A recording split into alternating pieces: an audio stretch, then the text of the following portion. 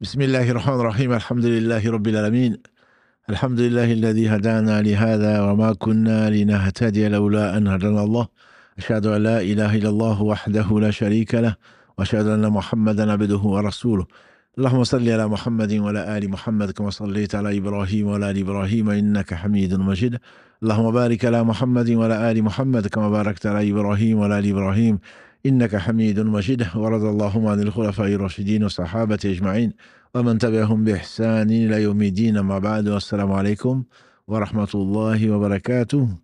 La famille, les sœurs, les frères, qu'Allah subhanahu wa ta'ala bénisse votre nuit, lui qui est le digne de louange, nous le louons, nous revenons vers lui repentant, nous demandons protection contre les conséquences de nos péchés et les tendances de l'âme, celui qui Allah guide, nul ne saura l'égarer, celui qui est privé de sa guidée, nul ne saura lui montrer le droit chemin. J'atteste qu'il est le seul digne d'adoration, j'atteste la véracité de l'exemplarité. La prophétie de Mohammed ibn Abdullah, qu'Allah bénisse ce prophète, sa famille, ses compagnons, tous ceux qui les auront suivis dans le droit chemin et nous fassent l'honneur d'en faire partie.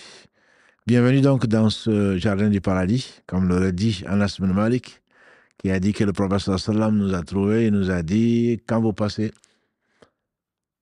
traversez les jardins du paradis, profitez-en. Ils ont dit, c'est quoi les jardins du paradis? Il a dit, c'est les jardins de rappel ou de dhikr.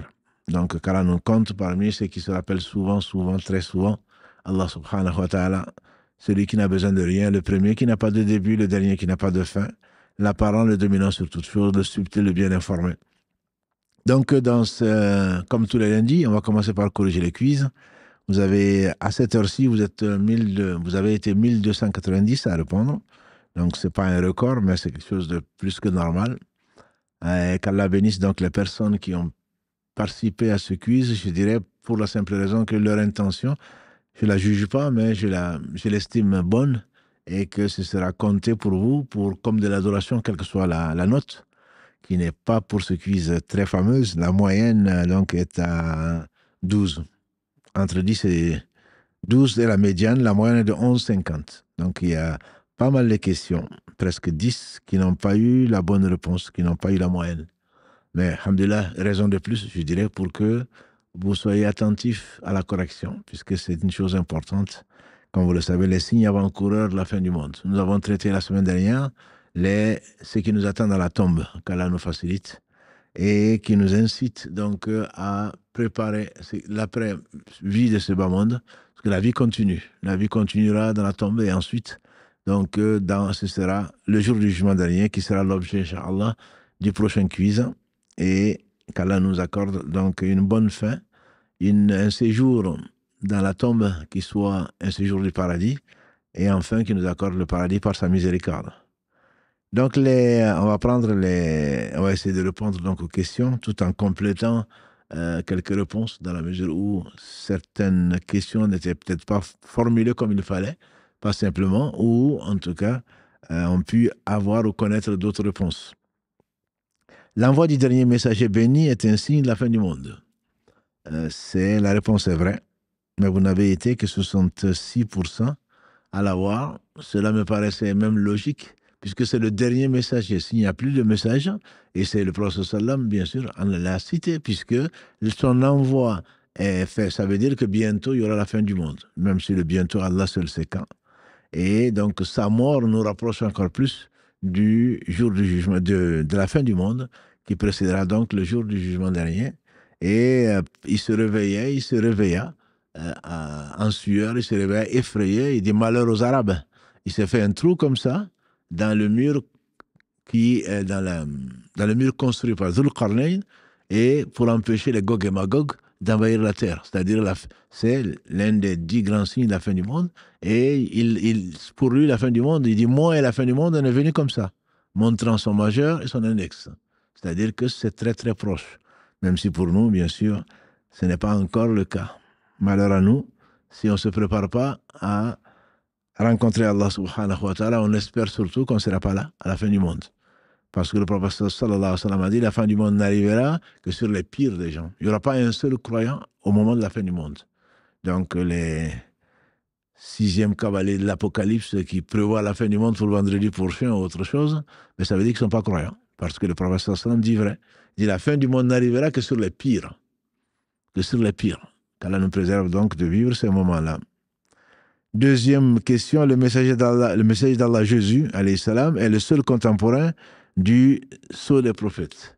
La bonne réponse était vraie, même si le faux l'avait est largement majoritaire. La raison, c'est, quand je dis c'est vrai, c'est-à-dire que c'est la parole de l'imam Zahabi, qu'Allah lui fasse miséricorde. Qu'est-ce que c'est qu'un compagnon? Un compagnon du prophète sallam, c'est quelqu'un qu'il a vu. Il a rencontré plutôt, qui a cru en lui et qui est mort musulman. Les savants disent pas quelqu'un qui l'a vu, puisque l'aveugle, qui est cité dans la sourate 80, Abasa wa Tawalla, il l'a pas vu, mais il l'a rencontré. Il a même été désigné plusieurs fois remplaçant du prophète sallallahu alayhi wa sallam à Médine. Donc, c'est pas le fait de le voir, mais c'est le fait de le rencontrer. Et il a rencontré, il a cru en lui, il est mort musulman, c'est ce qu'on appelle donc un compagnon. Or, quand le prophète sallallahu alayhi wa sallam a été honoré par son Seigneur, subhanahu wa ta'ala, c'est lui qui élève, c'est lui qui rabaisse, et il a rencontré Jésus, alayhi salam, avec son cousin Jean-Baptiste, donc Yahya, au deuxième ciel. Et il a même décrit qui était Jésus.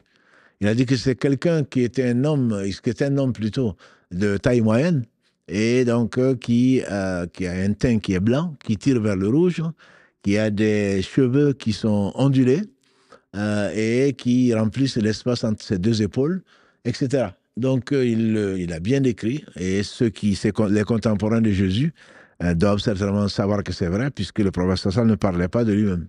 Il a décrit également, il dit que celui qui ressemble le plus à Ibrahim, c'est votre compagnon, c'est-à-dire il parlait de lui-même.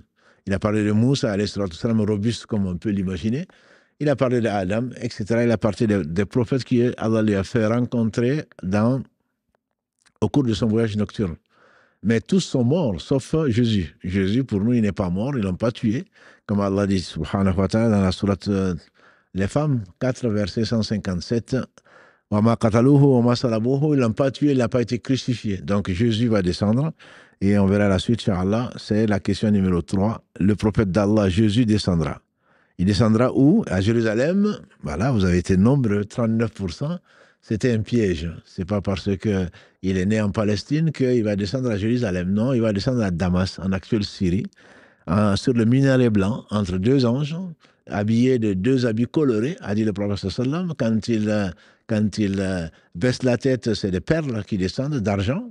Et quand il souffle, aucun non-croyant ne peut le supporter. Son souffle va jusqu'à l'horizon, jusqu'à là où le regard atteint. Donc, il sait très bien de qui il parle. Et Jésus viendra. Donc, ça confirme la parole d'Allah subhanahu wa ta'ala. Donc, dans le verset 157, donc, ils ne l'ont pas tué, ils ne l'ont pas crucifié. Il descendra à Damas, donc au petit matin, à l'aube. Et il va trouver les musulmans en train de se préparer pour faire la prière. Ils vont lui dire de faire l'imam. Il va dire non, vous êtes les imams les uns des autres. Alayhi salatu wassalam. Donc la bonne réponse, c'était bien à Damas.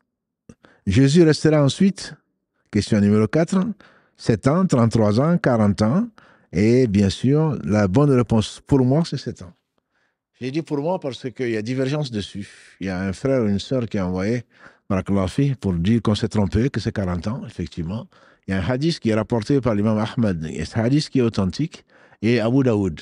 Donc, Jésus restera 40 ans. Alors, 40 ans, alors que dans le hadith rapporté par Abdallah ibn Amr ibn As, radiallahu anhu, il a rapporté un hadith qui est authentique aussi, qui est rapporté dans le Sahih de l'imam Muslim. Donc, les deux hadiths sont authentiques. Et dans ce hadith, le prophète dit qu'il va rester pendant 7 ans. Il n'y aura pas de rancœur entre les uns et les autres, etc. Donc, les savants, les meilleurs d'entre nous, ce sont les savants. Et parmi eux, les plus doués, on dira, c'est ceux qui réconcilient entre les hadiths. Voilà ce qui a été donc dit. 40 ans a été dit, et le prophète ne parlait pas de lui-même. Il ne s'est pas trompé. 7 ans a été dit. Donc, l'avis le plus pertinent, je dirais, ce n'est pas le seul avis, mais l'avis le plus pertinent, c'est que comme il a été l'objet de tentatives d'assassinat et qu'Allah l'a élevé, il avait 33 ans. On le sait, ça se dit, mais il a 33 ans parce que le prophète sallallahu alayhi wa sallam a dit les gens qui entreront au paradis, qu'Allah nous compte parmi eux, auront 33 ans, comme l'âge donc, de Jésus quand il est monté au ciel. Et donc, il avait 33 ans. Si tu rajoutes 7 à 33, ça fait 40. Donc, pour essayer de concilier ces deux hadiths qui tous les deux sont authentiques, des savants disent que quand le prophète sallam a parlé de 40, c'est-à-dire il va rester sur la terre 40. Il était resté 33 ans, il lui reste encore 7 ans à vivre sur la terre et ensuite il va mourir comme tout un chacun. Allah est le vivant qui ne meurt pas. Donc c'est la conciliation ou la réconciliation entre ces deux hadiths qui sont tous les deux authentiques et le prophète sallam disait vrai. Voilà. Entre autres, pour ce point et pour d'autres, je vous propose, pour ceux qui veulent vérifier ou qui veulent, puisque les notes ne sont pas très fameuses, donc un livre de référence court, bien écrit. Donc c'est celui-là, La vie après la croyance au jour du jugement dernier du Cheikh Mohammed ibn Ibrahim Al-Hammad. Je trouve que il est assez bien écrit. Donc, comme livre, est relativement simple, qui donne vraiment des détails sur les signes avant-coureurs, les signes mineurs, les signes majeurs, et dans l'ordre, ou là où il y a divergence, etc. Voilà. Donc, c'était juste pour vous donner une référence, puisque vous aimez bien les références, et également pour ceux qui doutent, qui sachent qu'on ne parle pas de choses qu'on ne connaît pas. Donc, c'est vraiment des références et notre référence, c'est le Coran et c'est la Sunna du prophète sallallahu alayhi wa sallam. Donc, ça, c'était la question 4. Je remercie le frère ou la sœur qui a envoyé donc, ce hadith que je vous ai cité. On le connaissait, il est authentique, mais ce n'est pas le seul. Ce n'est pas le seul, donc il y a d'autres. Et il faut concilier tous les hadiths autant que faire se peut. 5e question, donc, Jésus sera contemporain de Mahdi. Du Mahdi, donc vous avez été plus de 50% à dire oui, effectivement. Jésus, quand il va descendre, il va trouver Mahdi, qui va rester lui pendant 7 ans, comme nous l'a enseigné le prophète sallallahu alayhi wa sallam. Il va rester pendant 7 ans. C'est un hadith qui a été authentifié et il va rester avec Jésus. Il va régner, en tout cas gérer les affaires des musulmans pendant ce temps-là, mettre de la justice sur terre. Et il s'appelle, comme lui, sallallahu alayhi wa sallam, il s'appelle Mohammed ibn Abdallah. Et il descend, donc il est de la lignée d'Al-Hassan, qui est le premier fils de Ali et de Fatima, la dernière fille du prophète sallallahu alayhi wa sallam. Voilà, donc il va rester pendant 7 ans. Il va avoir, il va gérer l'affaire des musulmans pendant 7 ans. Et Jésus, pendant ce moment-là, donc va également descendre et ils seront contemporains. 6e question, Jésus n'acceptera pas la jizya, tribut donc payée pour ceux des non-musulmans qui sont sous l'autorité musulmane. La réponse c'est oui, effectivement. Vous n'avez pas eu la moyenne, mais vous avez été près de 45% à répondre que oui. Le prophète sallam a décrit qu'il descendra, il va tuer le porc, il va casser la croix, il va pas accepter la jizya. Donc c'est la soumission seulement qu'il va accepter à Dieu, c'est-à-dire l'islam, c'est tout ce qu'il va accepter. Donc la réponse était bien là, le vrai. Jésus fera appliquer l'évangile, oui ou non? Vous avez été 80%. Heureusement, non, il ne va pas faire appliquer l'évangile, puisque l'évangile est venu pour confirmer la Torah, et l'évangile n'est destiné qu'aux fils d'Israël. Comme Jésus le dit lui-même, il y a إذ قال عيسى بن مريم, verset 6 de la sourate 61, إذ قال عيسى بن مريم يا بني إسرائيل إني رسول الله إليكم مصدقا لما بين يدي من التوراة. إني رسول الله إليكم. Fils d'Israël, je suis un messager vers vous. مصدقا لما بين يدي من التوراة. Et donc, pour venir confirmer la Torah. Et donc, Mubashiran bi Rasuli ya'ti min ba'di ismuhu Ahmad, et pour vous annoncer la venue d'un prophète après moi dont le nom sera Ahmad. Donc, sallallahu alayhi wa sallam, donc Jésus sa mission est terminée à 33 ans, mais quand il va revenir, il va devenir musulman. Comme Allah lui a ordonné de faire la prière, de donner la zakat, on a vu ça donc, la semaine dernière, avec l'épreuve, pour dire que le mercredi en particulier, pour dire que la prière et le jeûne sont des choses qui ont été imposées ou ordonnées par Allah subhanahu wa ta'ala à tous les prophètes, que Jésus, sa mère, Ismaïl ou d'autres ont prié, ils ont jeûné. Donc c'est un ordre qu'Allah a donné à tout un chacun. Et le prophète sallallahu alayhi wa sallam a dit, comment est-ce que vous allez agir quand le fils de Marie viendra et il fera le pèlerinage? Il fera également le pèlerinage. Quant au premier article de foi, bien sûr, tous les prophètes sont musulmans, tous les prophètes ont appelé leur peuple à adorer Allah et fuir les fausses divinités. وَلَقَدْ أَرْسَلْنَا وَمَا أَرْسَلْنَا مِنْ قَبْلِكَ مِنْ رَسُولٍ إِلَّا نُوحِي إِلَيْهِ أَنَّهُ لَا إِلَهَ إِلَّا أَنَا فَاعْبُدُونِ. Allah dit à son messager, sallallahu alayhi wa sallam, dans la sourate 21, les prophètes, verset 25, on n'a pas envoyé avant toi, ya Muhammad, un messager, sauf pour dire à son peuple, adorez-moi. Il y a d'autres dignes d'adoration que moi, adorez-moi donc. Donc ça, c'est un verset qui prouve que tous les prophètes, alayhi salam, ont appelé leur peuple à adorer Allah sans rien lui associer. 8e question. Gog et Magog sont d'une race différente de celle des fils d'Adam. Là, j'ai entendu vrai à 48%, faux à 37%. C'est faux. Qu'est-ce que dis-je? Ce n'est pas une race différente, c'est les fils d'Adam. C'est des fils d'Adam, même s'ils ont des caractéristiques assez particulières. Abu Saïd al-Khudri, qu'Allah dans ce qui a été rapporté par Al-Bukhari et Muslim, qu'Allah le fasse miséricorde, le prophète sallam a dit, le jour du jugement dernier, Allah dira à Adam, il dit, me voici au Seigneur. Tabaïka ya Rab, me voici. Allah dira à Adam, alayhi salam, fais sortir de ta progéniture. C'est là où c'est de sa progéniture. Fais sortir de tes enfants la part de l'enfer. Et il dira quelle est la part de l'enfer. Et on lui dira, sur 1000 de tes enfants, 999. Bien sûr, les compagnons ont été effrayés parce qu'ils y croient. Ils croyaient au prophète sallam, ils savaient que ce qu'il disait était vrai et qu'il ne parlait pas de lui-même. Ils ont été effrayés. Et donc, il a dit, c'est le jour où les enfants auront les cheveux blancs. Parce qu'ils ne savent pas s'ils sont le 1 pour 1000 ou ils font partie des 999. Et il a dit, les 999 seront les Gog et Magog, et vous serez le 1 millième. Donc, les gens qui croient en Allah au jour du jugement dernier, tout ce qu'on a vu, les gens qui ne croient pas, dont les Gog et Magog, représenteront donc 999. Et donc, c'est pour cela qu'on sait que ce sont des fils d'Adam. Ils ont été décrits de façon sectaire. Le prophète les a décrits, mais ce qui est souvent, il y a eu de l'ostracisme, on les a comparés à des peuples d'autres par racisme, mais qui ne sont pas vrais. Je préfère ne pas les raconter, ne pas les citer, parce que ça procède juste du mensonge et du racisme, en disant que c'est tel peuple, parce qu'on ne l'aime pas, etc.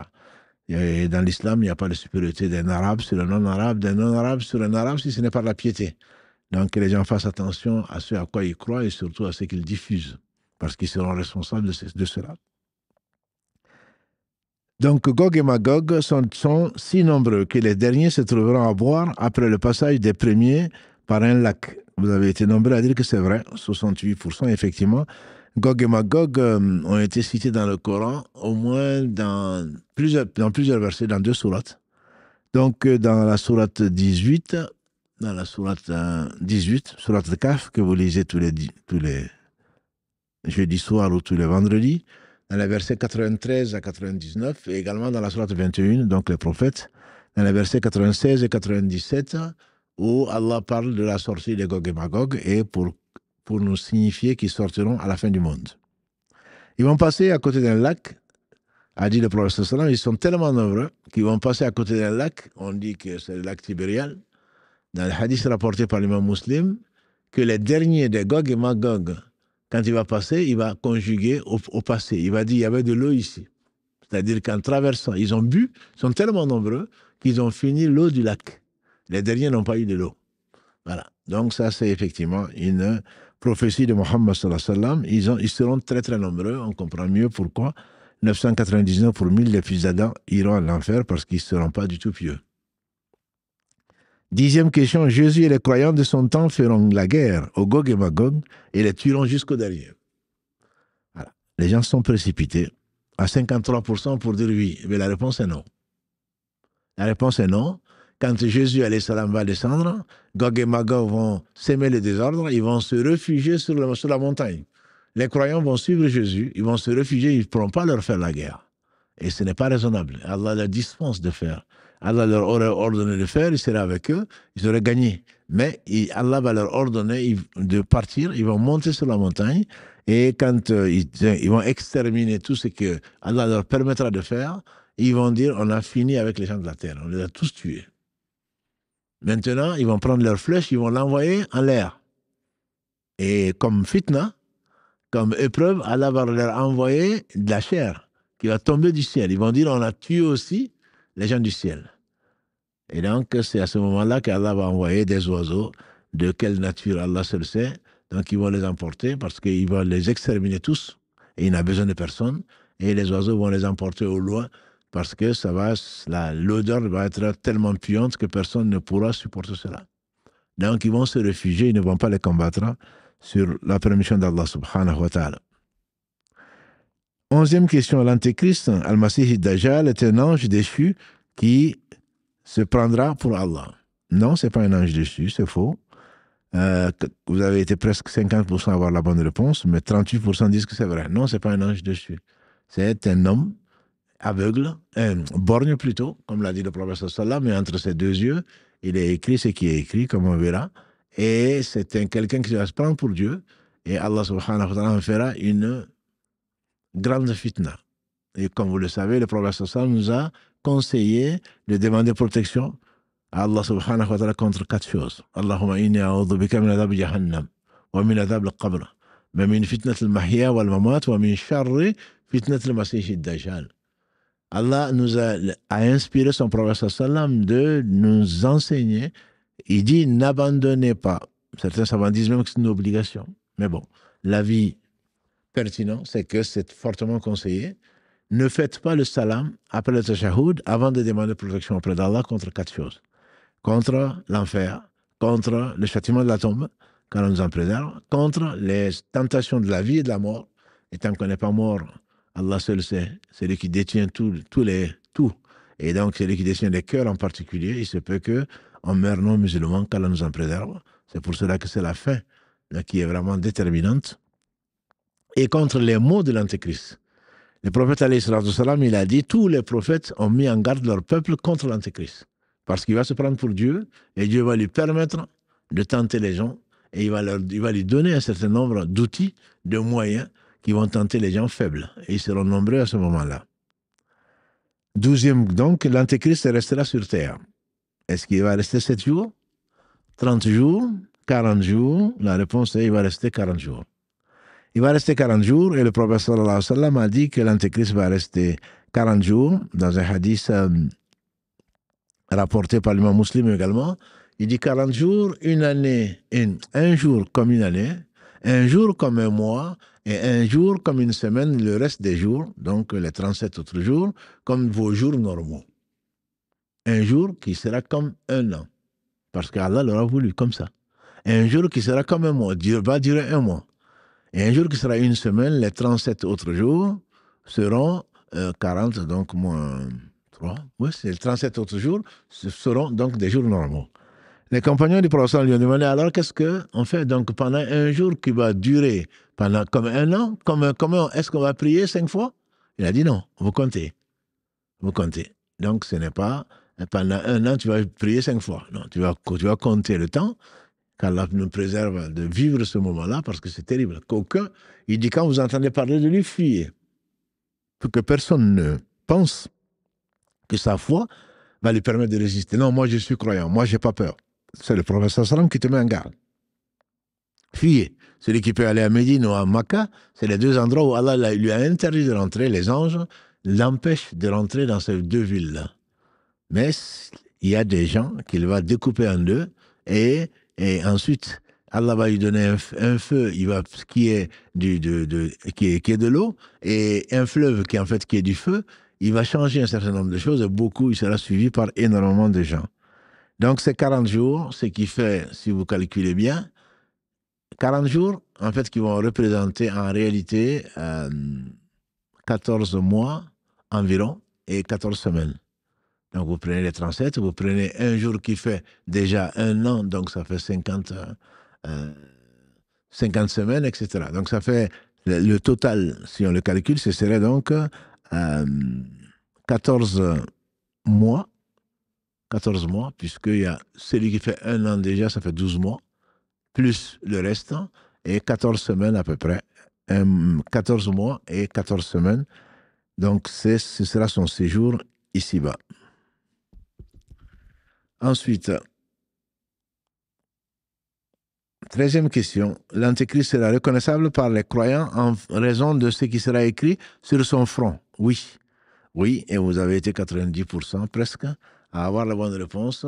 Le prophète sallam a dit, vous le reconnaîtrez. Vous le reconnaîtrez, il sera écrit sur son front, kafara. Kaf, fa et ra. Il dit même tout le monde, tout croyant pourra le lire. Ce sera écrit entre ses deux yeux et il est borgne et Allah n'est pas borgne, a dit le prophète sallallahu alayhi wa sallam. Donc c'est effectivement, c'est reconnaissable par les croyants, par les seuls croyants qui ne vont pas le suivre et qui seront éprouvés comme les autres par lui. 14e question, le soleil se lèvera à l'ouest à la fin du monde et repartira sans se coucher. Oui, la réponse à 68%, vous avez vu juste, c'est un des signes de la fin du monde et qui amènera donc les gens à croire. Tout le monde va croire, a dit le prophète sallam. D'ailleurs, la porte du repentir est ouverte pour toute personne qui revient vers Allah repentante jusqu'à soit le lever du soleil à l'ouest. À ce moment-là, tout le monde saura que c'est la fin du monde, tout le monde va croire à ce moment. J'imagine la NASA en train de faire des calculs et finalement, ils n'arriveront pas à expliquer. Donc, tout le monde va croire, mais la foi de quiconque ne lui servira à rien si elle n'avait pas cru auparavant. Donc, c'est un des 10 grands signes de la fin du monde. Et la porte du repentir est également ouverte à tout un chacun jusqu'à ce que l'âme monte au gosier, donc jusqu'à ce que l'on rencontre l'ange de la mort. Une fois l'ange de la mort, on l'a rencontré, il n'y aura plus possibilité de revenir et demander pardon. Le Pharaon en sait quelque chose. Il est en enfer, il en sait quelque chose. Puisqu'il a cru, lui aussi, mais quand il allait être noyé, c'est là où il a cru. Ceci ne servira pas à grand-chose. Question donc numéro 14. Le soleil se lèvera. 15. Le feu qui se déclarera à la fin du monde. C'est l'un des 10 grands signes qu'a cité le prophète sallam dans le même hadith. Le feu qui se déclarera à la fin du monde et poussera les gens vers le lieu de rassemblement verra donc le jour à Jérusalem, à la Mecque, à Aden. Voilà. Donc vous avez été très peu nombreux à avoir la bonne réponse. C'était à Aden au Yémen. C'était à Aden, donc au Yémen, et ce n'est pas à la Mecque, ce n'est pas non plus à Jérusalem. Et je ne sais pas, et la réponse majoritaire, 44%. Qu'Allah bénisse ceux-là et tous ceux qui ont participé. 16e question, parmi les signes mineurs de la fin du monde figure la disparition de la science et des savants. Masha'Allah, vous avez été 90%. Ça, c'est un hadith, donc l'heure ne viendra pas avant que les savants disparaissent. Et on le constate de toute façon. Les meilleurs, les plus grands savants sont les compagnons. Ensuite, quelques-uns qu'Allah a choisis, subhanahu wa ta'ala, et qu'il les bénisse, qui sont les meilleurs donc, de la communauté. 17, la fin du monde sera un lundi, mercredi, vendredi, je ne sais pas. Alors, 90%, c'est un vendredi. Le prophète sallam a dit, la fin du monde, le vendredi est le meilleur jour de la semaine. C'est le jour où Adam a été créé, c'est le jour où il est rentré au paradis, c'est le jour où il est sorti du paradis, c'est le jour également où ce sera la fin du monde. Et tous les anges dans les cieux et sur la terre craignent le vendredi parce qu'ils ne savent que ça. Ils ne savent pas quel vendredi c'est. Allah seul sait quand, mais c'est un vendredi. Et le vendredi a une heure particulière. Quiconque invoque Allah à ce moment et que ça coïncide avec cette heure, son invocation est acceptée. Voilà donc ce qui nous a laissé, donc ce qu'Allah a voulu bien nous laisser. Et donc profitons du vendredi pour prier abondamment sur Muhammad sallallahu alayhi wa sallam, pour également faire beaucoup d'invocations, parce qu'il y a une heure qu'on ne sait pas, Allah l'a cachée, mais très probablement c'est après le Asr, c'est entre le Asr et le Maghrib. C'est à ce moment-là, c'est à la fin du mois qu'on paye les ouvriers, des employés, c'est à la fin du Ramadan qu'Allah a mis Laylatul Qadr, c'est la fin du Ramadan, c'est la fin également de la journée, la prière médiane. Allah dit wa hafidhu ala salawat wa salatul wusta wa qumu lillahi qanitin dans la sourate al-Baqarah, et soyez constants dans la prière, dans les prières, à l'observation des prières, surtout la prière du milieu. Celle, donc, il a défini le prophète sallallahu alayhi wa sallam, celle du Asr. C'est celle du milieu, celle du Asr. Donc, c'est la fin de la journée où on reconnaîtra les fidèles, les constants, les patients. Et donc, c'est vendredi, probablement en fin de journée. 19e question. La concurrence dans l'ornement des mosquées fait partie des signes mineurs de la fin du monde. Effectivement, ça en fait partie. On voit les mosquées qui s'étalent sur les réseaux sociaux et ailleurs. On a la plus belle mosquée et on l'orne avec je ne sais quoi alors que des gens sont en train de mourir de faim et de soif. Voilà, ou sous des bombes. Voilà. Et on pense rendre service à Allah subhanahu wa ta'ala, la mosquée du prophète sallam. Quand on levait la main, on touchait le toit, en tout cas ses appartements. Et quand il pleuvait, donc il y avait de l'eau qui rentrait. Mais c'était le plus pieux des hommes. Donc ce n'est pas proportionnel à la beauté de la mosquée. C'est plutôt à la beauté du cœur. Dernière question, question numéro 20. L'ange qui soufflera dans le corps s'appelle Israël, Israfil, Ismaïl, je ne sais pas. Là, vous avez été, alhamdoulilah, 84% à dire qu'il s'appelle Israfil. Israfil, donc c'est l'ange, alayhi salam, qui soufflera donc dans le corps et ce sera la fin du monde. Wa nufiqa fi sour, dit Allah dans la sourate 39 en particulier. Wa nufiqa fi sour, fasa'iqa man fi samawati wa man fil ard illa ma sha Allah. Donc, quand il va souffler dans le corps, seront foudroyés tout ce qui est dans les cieux, tout ce qui seront sur la terre, sauf ceux que Allah aura acceptés. Et jusqu'à la fin des versets. Voilà donc pour le quiz. J'espère que vous avez passé un bon moment. Difficile peut-être, mais vous en serez satisfait, Inch'Allah, quand Allah, notre Seigneur, comme il a promis, nous récompensera pour les bonnes œuvres qu'il nous a permis de faire. Voilà, donc on va passer à la deuxième partie, Inch'Allah, du quiz de ce live, avec votre partie préférée, les appels, gérés donc par Karim, et en même temps, on va les alterner, Inch'Allah, avec vos questions écrites qui sont très, très, très nombreuses. Et donc, on s'excuse d'avance de ne pas pouvoir répondre à toutes ces questions, en tout cas pas aujourd'hui. On répondra, Inch'Allah, on fera tout ce qu'on pourra pour répondre aux questions écrites en tout cas. Karim. Allô, salam alaikum. Alaykoum salam, c'est Samira, j'espère que vous allez bien. Alhamdulillah. Barakallahu fikum. Allah yabarak fik, Samira. Je voulais vous poser une question. Oui. Ce que j'avais besoin de savoir, le prophète sallallahu alayhi wa sallam a dit ne nourrissez pas les pauvres avec des choses que vous ne mangez pas. Et moi, ma question, c'était de savoir si c'est quelque chose qui n'est pas mauvais que j'ai acheté, mais que je n'aime pas. Il ne faut pas le donner? Non, je ne connaissais pas ce hadith, mais il reste dans l'esprit de l'islam qui est le fait de donner le meilleur à Allah subhanahu wa ta'ala, ce qui n'est pas le cas de beaucoup d'entre nous. Quand on dit de donner à manger, ils vont regarder ce qui date, ce qui est déjà périmé, ce qu'ils veulent jeter, ou ce qui est vraiment imparfait, et ils le donnent aux pauvres. Donc on doit donner le meilleur, c'est dans cet esprit-là. Mais si tu ne l'aimes pas quelque chose, alhamdulillah, tu le donnes à quelqu'un qui l'aime. Mais il ne s'agit pas de donner ce qui est mauvais. Donc ça, ce n'est pas du tout bon signe pour les personnes donc, qui pensent Allah n'a besoin de rien. Et donc, il faudrait vraiment lui donner le meilleur. Malheureusement, nous, on lui donne souvent le reste de notre temps, le reste de nos habits, le reste de notre nourriture. Et cela n'est pas bon signe du tout pour notre foi. Donc, l'esprit, c'est vraiment de donner le meilleur de ce que l'on a, de ce que l'on aimerait manger, etc., en tant que qualité.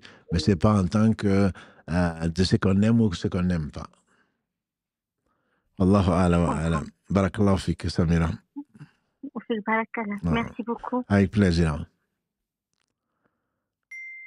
Alors, une question qui attend depuis pas mal de temps, un rappel donc sur l'importance de l'éducation dans l'islam et le danger des écrans. C'est une question qui qui demande certainement beaucoup de développement, mais c'est quelque chose d'extrêmement important, une chose très importante. L'éducation des enfants, de toute façon, on sera interrogé dessus. Allah dit dans la sourate 66, At-Tahrim, verset 6, Ya ayyuhalladhina amanu, Qu anfusakum wa ahlikum nara wa quluha an-nas wal hijara. Ô vous les croyants, prenez les moyens de vous préserver, vous, d'un feu dont le combustible, vous et votre famille plutôt, d'un feu dont le combustible sera les hommes et les pierres. Et le prophète sallallahu alayhi wa sallam a dit, Kullukum ra'a. Chacun d'entre vous est berger ou pasteur, chacun sera interrogé sur ce qui lui a été confié. Et il a dit, l'homme est responsable donc de sa famille, il sera interrogé dessus. La femme est responsable des biens donc de la famille et elle sera interrogée dessus. Le berger est responsable des troupeaux qui lui a été confié, il sera interrogé dessus. Vous êtes tous responsables, chacun sera interrogé sur sa responsabilité. Donc l'éducation des enfants, c'est quelque chose d'extrêmement important. Tout le monde sait. Il y a que l'avenir, entre guillemets, tout appartient à Allah. L'avenir, c'est la fait de ce que nos enfants feront. Et ce qu'ils feront, c'est la fonction, à moins qu'Allah décide le contraire, de l'éducation qui leur a été donnée. Donc c'est vraiment très, très important. Mettre les enfants au monde pour les allocations familiales, ce n'est pas un bon investissement. Mettre les enfants au monde pour notre propre plaisir, non plus. Donc, et malheureusement, on voit beaucoup de familles, nombreuses ou pas d'ailleurs, mais souvent nombreuses, en train de mettre au monde des enfants mal éduqués, des enfants qui ne connaissent pas Dieu, qui ne connaissent pas pourquoi ils sont là, qui ne sont pas respectueux, ni des grands, ni des petits, ni des musulmans, ni des non-musulmans, des enfants qui aiment la violence, souvent parfois à cause des jeux vidéo, des enfants qui aiment la facilité, qui vivent de drogue ou autre chose. Ça, bien entendu, c'est véhiculé, entre autres, par les réseaux sociaux, et on pense, par les écrans en particulier, on les laisse, on se débarrasse d'eux. Or, l'éducation des enfants, c'est peut-être la chose la plus importante. Ça doit être la chose la plus importante de quelqu'un de responsable. Et donc, il faut vraiment... Les écrans, je ne dis pas qu'il faut les bannir, mais il faudrait vraiment faire très attention. Et on n'a peut-être jamais été aussi connectés et aussi séparés dans nos familles. On rentre dans la famille, même pour manger. On s'est déjà tout dit sur les différents réseaux. Quand on vient, chacun s'occupe de son monde virtuel, de ses amis, de ses ennemis sur les réseaux. Et il n'y a plus de communication. Et les gens apprennent tout, ou presque, sur les réseaux et sur les écrans. Donc notre responsabilité reste pleine et entière. Et qu'on craigne Allah subhanahu wa ta'ala et qu'on ne délaisse pas cette tâche qui est une tâche primordiale, qui est une amana. Les enfants sont une amana, c'est un dépôt. Dépôt sur lequel donc l'homme sera interrogé, la femme aussi certainement. Allô, salam alaikum. Allô. Allô, oui. Salam alaikum. Alaikum salam. Merci, chef, pour tout. Allah est j'ai une question qui me tracasse. Je fais une formation dans le soin infirmière. Oui. Et en ce moment, des fois, je lave des hommes, même des fois des femmes, et je suis maintenant en contact avec le partie intime. Donc, je suis en deuxième année de la formation, mais j'ai tellement peur pour la formation. Je ne sais pas si c'est un travail licite pour moi ou non. Ensuite, aussi, des fois, je donne à manger. Je sais que ce sont des aliments du porc. Je sais que ce sont des choses que moi-même, en tant que musulman, je ne dois pas utiliser ça. Je ne dois pas manger ça. Et je ne sais pas si la formation que je fais est bonne et l'argent que je gagne est licite. Je pense que vous avez déjà la réponse. Vous avez la réponse, parce que quand vous posez la question, si c'est grâce à Allah que vous posez cette question, beaucoup ne le poseraient pas. Donc, ce n'est pas du tout un jugement de valeur. Sinon, vous n'aurez même pas écrit et aussi téléphoné. Donc, pour cela, c'est une question qui était écrite à laquelle on voulait répondre. Donc, alhamdulillah, Allah vous a permis d'intervenir directement. Quand Allah interdit une chose, c'est que la chose est mauvaise.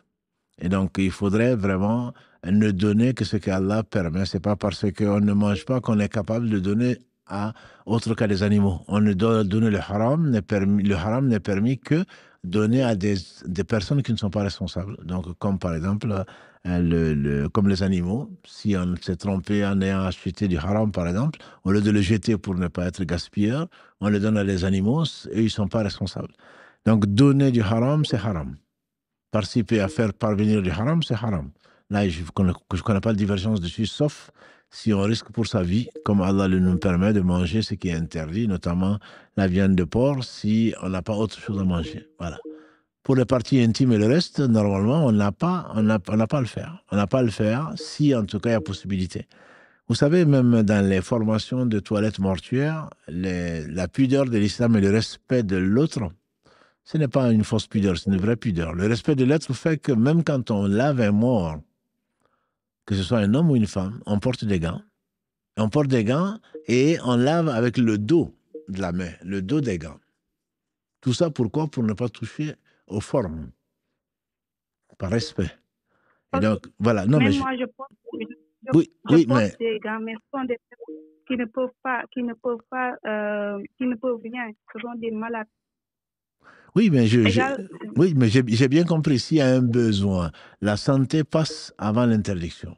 Voilà. S'il n'y a personne pour le faire, vous pouvez le faire, mais vous devez prendre vos précautions, à savoir, vous pouvez, dans tout ce que l'on fait, on le fait bien, mais il faudrait prendre les précautions de telle façon que vous n'avez pas à toucher ou à voir ou à faire tout ce que l'on peut éviter de faire, il faut l'éviter de le faire. C'est pour ça que je vous parle de la toilette mortuaire, où on porte des gants et on lave avec le dos de la main, tout ceci pour ne pas toucher, enfin ne pas sentir plutôt les parties intimes d'un vivant comme d'un mort.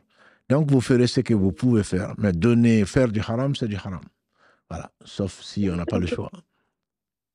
Et en tant que frère musulman, qu'est-ce que vous me conseillez? Essayez de trouver autre chose. Parce que des fois, j'ai cette peur de ce que je fais, de ce que je gagne. Est-ce que c'est licite? Non, licite. J'ai toujours cette peur qui est en moi. Parce que je vous suis tout le temps, je vois l'émission qui se passe. Et la crainte d'Allah, c'est une chose qu'on ne doit pas blaguer avec. C'est Qu'est-ce que vous me conseillez en tant que frère? Aller voir autre chose ou bien laisser carrément la formation? Alhamdulillah, qu'Allah vous augmente en piété. Parce que si vous êtes là, si vous posez la question, je vous renvoie juste à un hadith du prophète sallam qui est très très important comme tous, mais celui-là en particulier. Il a dit abandonne ce qui te met dans un doute pour ceux qui ne t'y mettent pas. Donc si vous êtes dans le doute, pour moi, il faut que vous cherchiez activement autre chose. Comme ça, au moins, votre cœur sera tranquille et vous allez vivre le halal sans aucun problème. Et Dieu va vous récompenser. Et personne n'a abandonné quelque chose pour Allah sans que Allah ne lui donne mieux que ce qu'il a abandonné pour Allah. Ok. Yeah. Okay. Merci vraiment. Merci. Un grand merci à vous. Allah y qu'Allah vous bénisse aussi. Là. Ok, merci. Ciao. Assalamu alaikum. Salam alaikum. Mon père est en phase terminale d'un cancer généralisé. Mes sœurs veulent que le médical l'aide à partir plus vite et moi, je ne suis pas d'accord. A-t-elle raison ou pas? Ont-elles raison ou pas? On a déjà fait, je vous renvoie, bon, bien sûr, vous êtes dans un cas, qu'Allah lui facilite la rencontre. On a déjà fait 3 voire 4 épisodes du samedi sur le fiqh contemporain, on a peut-être même comme vers la fin, en tout cas les 4 derniers, on a commencé par la fin de vie. Et je vous renvoie donc le détail sur cela. Abréger une vie n'est pas, dans l'islam, c'est pas possible. L'acharnement thérapeutique, non. Ça, c'est interdit. Ça, on le sait. Notamment à Makkah, on a vu le cas où des savants, des scientifiques comme des savants dans le fiqh se sont réunis. Ils ont dit que s'il y a 3 médecins qui disent que la vie de la personne dépend du branchement de l'appareil, qu'on peut débrancher. On ne fait pas d'acharnement thérapeutique, mais abréger plutôt la vie de quelqu'un dans l'islam, c'est tuer quelqu'un. Donc, c'est considéré comme un homicide. Ceci n'est pas permis. Donc, vous avez bien raison d'insister. Après, s'ils font ce choix-là, ils prendront la responsabilité devant Allah. Ils auront tué votre père. Qu'Allah lui fasse miséricorde. Il est encore vivant. Et qu'Allah, subhanahu wa ta'ala, lui facilite sa rencontre. Allô, salam alaikum. Allô, salam alaikum. Wa alaikum salam wa rahmatullah. Salam alaikum. J'ai une question. Oui. En fait, je voulais savoir, parce que dans la ville que je suis, oui. Il y a un monsieur, il m'a dit il est agent de la mosquée. Oui. Monsieur dernier, je l'ai vu en train de jouer l'auto. Et je suis allé à la mosquée, je vois celui qui appelle la prière. Oui. Du coup, moi, ça m'a fait bizarre. Il me demande, est-ce que, parce que au moins que j'étais la prière, ce que j'ai vu, c'est qu'il était là en ce moment. C'était dans mon cœur, donc ça faisait que je n'étais pas concentré sur la prière que j'étais là. Parce que vu que jouer à l'auto, c'est haram, mais je vois lui, il l'a fait. Et il est à la mosquée, il prie comme rien n'était fait. Là, vous devez prier pour lui, parce qu'il n'est pas du tout à sa place. C'est interdit pour vous, c'est interdit pour moi, comme c'est interdit pour lui. Lui encore plus, dans la mesure où il appelle les gens Allah en plus. Donc il n'a pas à faire ça. Personne ne doit le faire, mais lui encore moins. Donc il faut le conseiller. Il faut le conseiller en disant que c'est vraiment pas beau ce que tu fais. Tu appelles les gens Allah. La ilaha illallah, hayya ala salah, hayya ala falah, et toi tu fais le contraire de ce que tu dis. Tu le conseilles. S'il continue, je pense qu'il faut alerter les gens, les responsables. Il ne faut pas abandonner la mosquée, mais commence d'abord par le conseiller et prie pour lui, parce que s'il meurt comme ça, il risque gros. Donc, si effectivement tu vois qu'il ne joue plus, tant mieux. Et s'il persiste, il faut alerter le responsable de la mosquée ou le responsable en disant que le muezzin, je l'ai conseillé, mais il continue à jouer au tiercé ou au loto, et en même temps, c'est lui le muezzin. Ceci est à l'encontre donc de l'éthique de l'islam, et en tant que muezzin, c'est comme presque comme un imam, hein. Donc il est devant et les gens l'écoutent, et donc il va pousser les gens, peut-être les gens le voyant en train de faire vont penser que c'est peut-être toléré ou qu'il y a une fatwa pour le faire. Donc là, il faudrait, c'est ce que je vous conseille en tout cas. D'accord. Voilà. C'est ça, moi, je me suis posé la question. Il dit, mais s'il fait, comment il peut conseiller les gens, quoi? Oui, non, mais c'est sûr qu'il va les influencer. Enfin, disons, qu'on le veuille ou pas. Quand on voit un muezzin, on pense du bien de lui, tant mieux. Hein. Dans l'islam, on doit penser du bien de son frère et de sa sœur, tant qu'il n'y a pas de la preuve contraire. Or là, la preuve est là pour dire qu'il a un comportement de pervers islamiquement parlant. Donc, il n'a pas à le faire. D'accord. Voilà. OK. Ça marche. Merci, Oussad. Barakallahu fik. Assalamu alaikum. Wa alaykoum salam. Y a-t-il des noms en particulier que nous devons utiliser ou bien n'importe lequel est suffisant? Je précise, durant nos doigts, dépendant de nos épreuves. Disons que Allah a plus de 99 noms, lui seul sait le nombre de ses noms. Quand on l'appelle, on doit utiliser par sagesse et en suivant la sunna du prophète sallam, on doit utiliser les noms qui correspondent à l'épreuve, entre guillemets, je dirais. Si on lui demande des choses, ben on va lui demander Ya Rahman, Ya Rahim. Quand on va... le prophète sallam avait des invocations précises que tu vas trouver dans la citadelle du musulman, entre autres, pour différentes situations d'épreuve. Si c'est pour lui demander pardon, c'est plutôt Ya Ghafour ou Ya Ghaffar, toi qui pardonnes, Ya Tawwab, toi qui aimes le retour de tes serviteurs, etc. Donc c'est en fonction vraiment de ta demande. C'est pas comme ça n'importe quel nom. Il y a Allah, bien sûr, qui regroupe tous ces noms-là. Si tu ne sais pas quel nom correspond à ta situation, dis Ya Allah ou Allahumma, puisque Allah, il a les noms les plus... tous les beaux noms lui appartiennent et tous les noms conduisent à Allah. Donc, si vraiment tu ne veux pas, entre guillemets, faire de sélection, dis Ya Allah. Dis Ya Allah ou Ya Rabb. Et donc, c'est ce qu'utilisent souvent les prophètes, alayhi salam.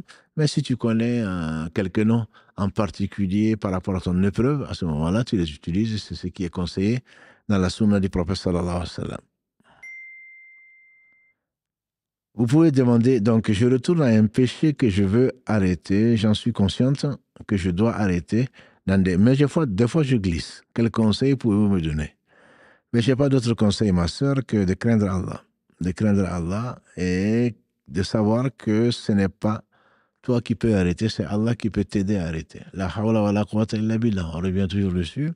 Et donc, si vraiment tu n'y arrives pas, c'est que ton repentir est probablement sincère, mais pas ta repentance. Donc la repentance, on a traité ce sujet mercredi, de même que le repentir. Je te renvoie à ces rappels-là, dans la mesure où la repentance dure beaucoup plus que le repentir. Le repentir, c'est sur le moment. Donc tu arrêtes le péché, tu en es consciente, et puis ensuite, puisque tu t'es inscrite dans l'oubli et l'insouciance, forcément tu retombes dessus. Donc il faut être vigilant. Demander pardon à Allah, tu n'es pas du tout sûr parce que tu as demandé qu'Allah l'ait accepté. Donc le regret doit continuer et surtout tu dois patienter parce qu'autrement ce serait trop facile. Je fais des péchés, je dis pardon à Allah et puis ensuite je continue. Non, Allah va te mettre à l'épreuve. Justement, tu vas rencontrer les conditions parce que tu n'as pas fui le péché. Il faut fuir le péché. Parce que quand tu as fait un péché, si tu es vraiment sincère, tu dois le fuir. C'est-à-dire que tu dois fermer les portes. Les portes qui risquent de conduire à ce péché-là en particulier. Si c'est les péchés de sexe ou je ne sais quoi l'autre, même les écrans et le reste, les films et tout le reste, tu vas forcément tomber sur les choses qui vont te le rappeler. Si c'est des fréquentations qui ne sont pas licites, ben, tu n'as pas à garder ni numéro de téléphone, ni contact, ni ceci avec ces personnes-là. Si tu les rencontres dans les lieux particuliers, tu dois éviter ces lieux-là. Mais toi, tu continues à fréquenter ces lieux, tu continues à regarder tes séries, tu continues à ceci, forcément que tu vas tomber. Forcément que tu vas retomber plutôt dans ces péchés. Donc, si vraiment on est sincère, il faut tout faire pour demander à Allah subhanahu wa ta'ala de nous permettre de nous repentir sincèrement, mais aussi, donc, de prendre les moyens. Donc, compter sur Allah implique donc la foi en Allah subhanahu wa ta'ala, également de prendre les causes par lesquelles il a créé les choses. Et donc, sa sunna, comme on le dirait en langue arabe, c'est-à-dire Allah a créé des causes pour lesquelles il y a des conséquences. Donc, il faudrait être vraiment s'inscrire dans le long terme, donc dans ce regret-là, dans cette volonté, cette détermination de ne plus y revenir. Vous êtes probablement sincère, je n'ai pas à en juger, mais je pense qu'il vous manque de la détermination. Donc, vous êtes résolu peut-être, mais vous manque de la détermination. Et ça, vous le trouverez auprès d'Allah subhanahu wa ta'ala. Et vous ne saurez certainement pas lui mentir. Allô, salam alaikum. Alaikum salam. J'avais une petite question. Allez-y. En fait, moi, j'ai rencontré une femme. Oui. Et cette femme-là, tout se passe bien. J'aimerais la marier. Mais en fait, le problème, c'est que en fait, c'est au niveau de mes parents, en fait, au niveau de mon père, il peut pas parce que cette femme-là, en fait, le problème, c'est que on n'a pas les mêmes origines, donc je suis perdu. Parce que moi, je l'aime cette femme et je veux faire les choses bien, donc je sais pas ce que je dois faire. Et voilà, du coup, c'est pour ça ce soir, je suis là pour poser cette question. Ouais. C'est cette question qui est récurrente, hein. Tu es rentré par la fenêtre et maintenant tu veux sortir par la porte. C'est difficile. Parce que les relations que tu as pu avoir, tu n'as pas demandé à ton père ni à ta mère. Tu as eu des relations, je dirais, amicales, on dirait. Tu as eu des relations suivies au point que l'amour est rentré dans ton cœur. Et puis après, maintenant, tu dis je me marie, ils te disent non. Donc, j'aurais, pour les autres en tout cas, ton cas n'est pas désespéré, mais ce n'est pas ton cas. J'aurais au moins, il faut passer par la porte. Quand on a des intentions de se marier, je pense qu'il faut au moins sonder, à savoir, cette personne m'intéresse pour le mariage, est-ce que mes parents sont d'accord ou pas. Ce n'est pas à eux de décider. S'ils veulent ton bien, ils vous feront leur enquête, ils te conseilleront. Voilà. Mais ce n'est pas à eux d'en décider. Par conséquent, tu aurais dû faire ça. Et si ce n'est pas le cas, je pense qu'il faut revenir vers Allah repentant. Hein. Il faut arrêter les relations. Il faut essayer de convaincre tes parents, invoquer Allah, convaincre tes parents, passer par ta mère, qui est souvent très influente, ou sinon par les amis de ton père, etc., pour essayer de les convaincre et patienter, tout en demandant pardon à Allah pour le fait d'être passé par la fenêtre et pas par la porte. Et il se peut que Allah t'ouvre une porte. Si c'est ta femme, tu l'auras. Si c'est le destin, toi, tu es convaincu que c'est celle qu'il te faut, et Dieu seul sait par où il met le bien. Donc, pour moi, il faudrait déjà te repentir des relations que vous avez pu avoir et que vous avez peut-être encore, et prendre en compte plutôt les conseils des parents, parce que ils ne veulent que du bien. Ils peuvent avoir tort, bien sûr. Leurs critères ne doivent pas être des critères basés sur les passions, sur l'origine, comme ça se fait souvent au pays, sur je ne sais quoi d'autre. Ça doit être vraiment basé sur la piété. Peut-être qu'ils voient ce que toi, tu ne vois pas non plus. Parce qu'on dit souvent que l'amour est aveugle. Donc, peut-être tu ne vois qu'elle, et peut-être qu'elle a des défauts que toi, tu ne connais pas, et que les parents connaissent, ou ils te mettent en garde, mais ils devraient au moins te l'expliquer et donner des raisons. Donner des raisons pour cela. Et je ne te conseille pas, en tout cas, de te précipiter dans ce mariage-là. Je pense qu'il faut tout utiliser pour essayer de convaincre tes parents. À ce moment-ci, malgré tout, ils n'ont pas vraiment de bonnes raisons, entre guillemets, pour t'empêcher de le faire. À ce moment, tu peux décider autrement. Mais en tout cas, ne te précipite pas en disant que tu es assez grand et que tu peux choisir. Bon, ben, ce n'est pas la bonne solution, en tout cas, à ma connaissance. Ok, ça marche. En tout cas, merci beaucoup. Barakallahu Je fik. vais répondre à ma question. Allah Merci beaucoup. Une question qui est peut-être liée à ça, salam alaikum. Est-il autorisé d'avoir régulièrement des conversations téléphoniques avec une personne qu'on a l'intention d'épouser? Bien sûr. On a l'intention de l'épouser, oui. C'est pour ça qu'on a des relations régulières. Et finalement, on va se retrouver donc avec Satan, comme l'a dit le prophète sallam, ne vous enfermez pas avec une personne de l'autre sexe que vous pouvez épouser ou que vous épouser. On dit ici c'est le beau-frère, il a dit le beau-frère c'est la mort. Voilà, donc votre troisième c'est forcément Satan. Ces conversations bien qu'amicales, on dirait, comportent certainement un risque. Après maintenant, si tu prends le risque, après si vous tombez, c'est déjà une fornication, qu'on le veuille ou pas, car il m'a déjà mis un réel... différentes formes de fornication. C'est forcément la fornication, a dit le prophète sallam, des yeux, c'est le regard. Bon, tu ne peux pas converser sans cela. La fornication des oreilles, c'est l'écoute. La fornication de la main, c'est le toucher. C'est la fornication des pieds, c'est le marché, etc. Donc, si tu commences par là, et je crains qu'il n'y ait pas de baraka, premièrement, et deuxièmement, tu risques vraiment de tomber dans le haram. Et c'est pour cela qu'actuellement, en tout cas, une des formes les plus répandues, c'est de faire un groupe avec le mahram et de converser, si vous voulez vraiment converser, si l'intention est bonne. Et ensuite, vous arrivez rapidement à la conclusion, on peut continuer, on ne peut pas continuer. Auquel cas, au moins, ça prend moins de temps et moins de place dans ton cœur, et tu passes à autre chose, ou alors tu approfondis la question. Voilà, donc tu ne peux pas, sous prétexte que tu veux l'épouser, ça j'en ai vu beaucoup, qui veulent l'épouser, qui n'ont jamais épousé. Et ça finit par ce par quoi ça finit, notamment par un enfant hors mariage, comme la question qui suit. Enfant hors mariage, prénom non musulman, baptisé, puis marié avec un musulman, shahada, prière à 7 ans, que faire? Voilà, c'est ce qu'on fait. On fait tout et ensuite on demande que faire. Ben, on revient vers Allah, on lui demande pardon et puis on essaye d'aller de l'avant. Mais alhamdulillah, si malgré le fait que tu sois baptisé, malgré tout, si tu reviens vers Allah, repentant, Allah il pardonne tous les péchés sans exception, à condition que tu sois sincère, c'est tout. Rien ne t'empêche, même si tu portes un prénom zoulou ou un prénom de chinois, ça ne change rien du tout. C'est pas ça qui va faire entrer les gens au paradis.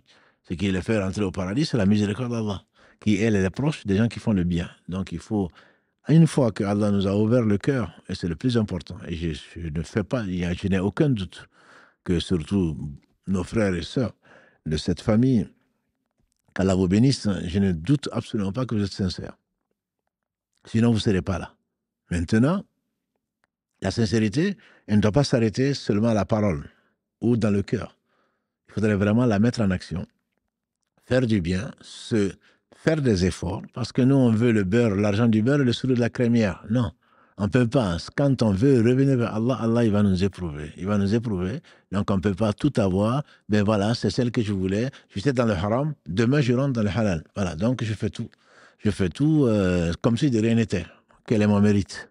Le mérite, c'est qu'Allah, il t'a éprouvé et tu as dévié du chemin. Maintenant, quand tu reviens du chemin, forcément, c'est un peu plus difficile. Souvent, on paye les conséquences, ne serait-ce que par quelques souffrances, quelques souvenirs qui te reviennent en tête, quelques tentations également, auxquelles tu vas résister, et pas l'inverse. Donc, on ne va pas décider comme ça du jour au lendemain, comme la question qui est posée également, j'enchaîne sur une question qui avait été posée, très longue d'ailleurs, avec une sœur qui pose une question, ou je ne sais qui, pour quelqu'un, voilà, qui dit, vous avez abordé plusieurs fois le fait de refaire le mariage s'il a été consommé avant. Couple qui vivait ensemble. C'est tellement devenu banal que la question a besoin de revenir et de revenir. Et on en parle et ça ne suffit pas. Voilà, donc ça peut arriver, alhamdulillah. Et le mieux encore, c'est vraiment de le réaliser avant qu'il ne soit trop tard, avant que le soleil ne se lève son occident ou avant que l'âme atteigne le gosier. Quelle chance, quel Seigneur miséricordieux nous avons. Nous nous désobéissons, il nous le rappelle, il nous permet de revenir vers lui. C'est ce qu'il faut voir. Donc on dit alhamdulillah. Alhamdulillah, que je ne savais pas. Mais j'ai voulu cacher ça à mes parents. Souvent, c'est une grossesse qui est déjà faite et je me marie dessus. Et ça, il y a 3 avis, on a déjà dit. Un avis qui dit qu'on peut continuer, c'est pas grave. Mais certains, les savants sont unanimes qu'un mariage qui a été contracté sur une grossesse, l'enfant est un enfant adultérin. L'enfant, il est adultérin, c'est pas parce que je l'ai épousé que l'enfant devient l'enfant d'autre que sa mère. Là, ils sont unanimes dessus. Maintenant, est-ce que le mariage est valable ou pas?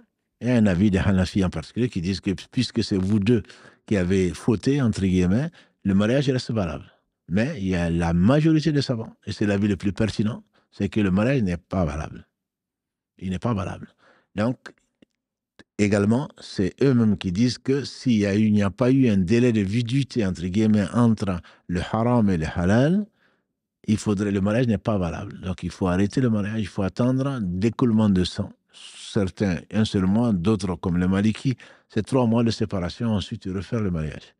Voilà ce qui est pour rentrer, entre guillemets, pour entrer dans le détail de la question de la sœur. Concrètement, que doivent-ils faire? Voilà ce que j'ai dit. Ils doivent refaire leur mariage en attendant de ne plus vivre ensemble. Vivre ensemble n'empêche pas de faire le mariage, mais vous n'avez pas de baraka.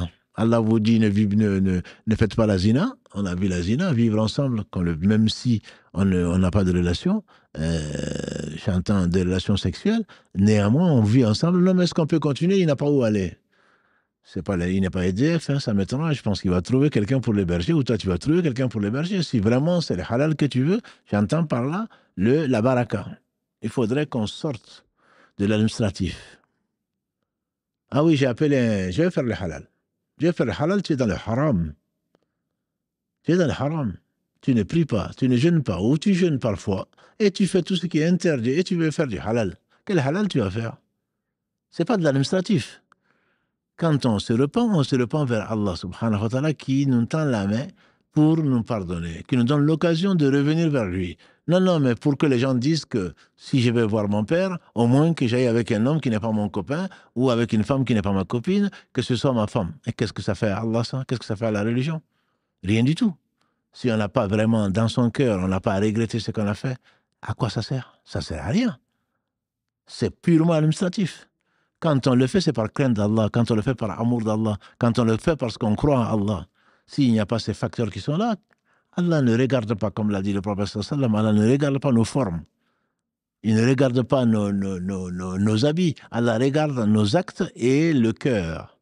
Si le cœur n'est pas là, ça ne sert pas à grand-chose. Je veux dire, de cohabiter ou de ne pas cohabiter, ou d'aller appeler un imam pour 50 € ou je ne sais quoi d'autre. Non, ce n'est pas ça. L'adoration, c'est pas ça. L'adoration, c'est quoi? C'est les actes du cœur, de la langue et des membres que Allah aime et agrée. Ce n'est pas le halal avec un... Non, j'ai fait le halal. Quel halal tu as fait? Il n'y a pas de baraka, ma soeur. Il n'y a pas de baraka, mon frère. Qui tu trompes? C'est toi-même que tu trompes. C'est pas Allah que tu trompes.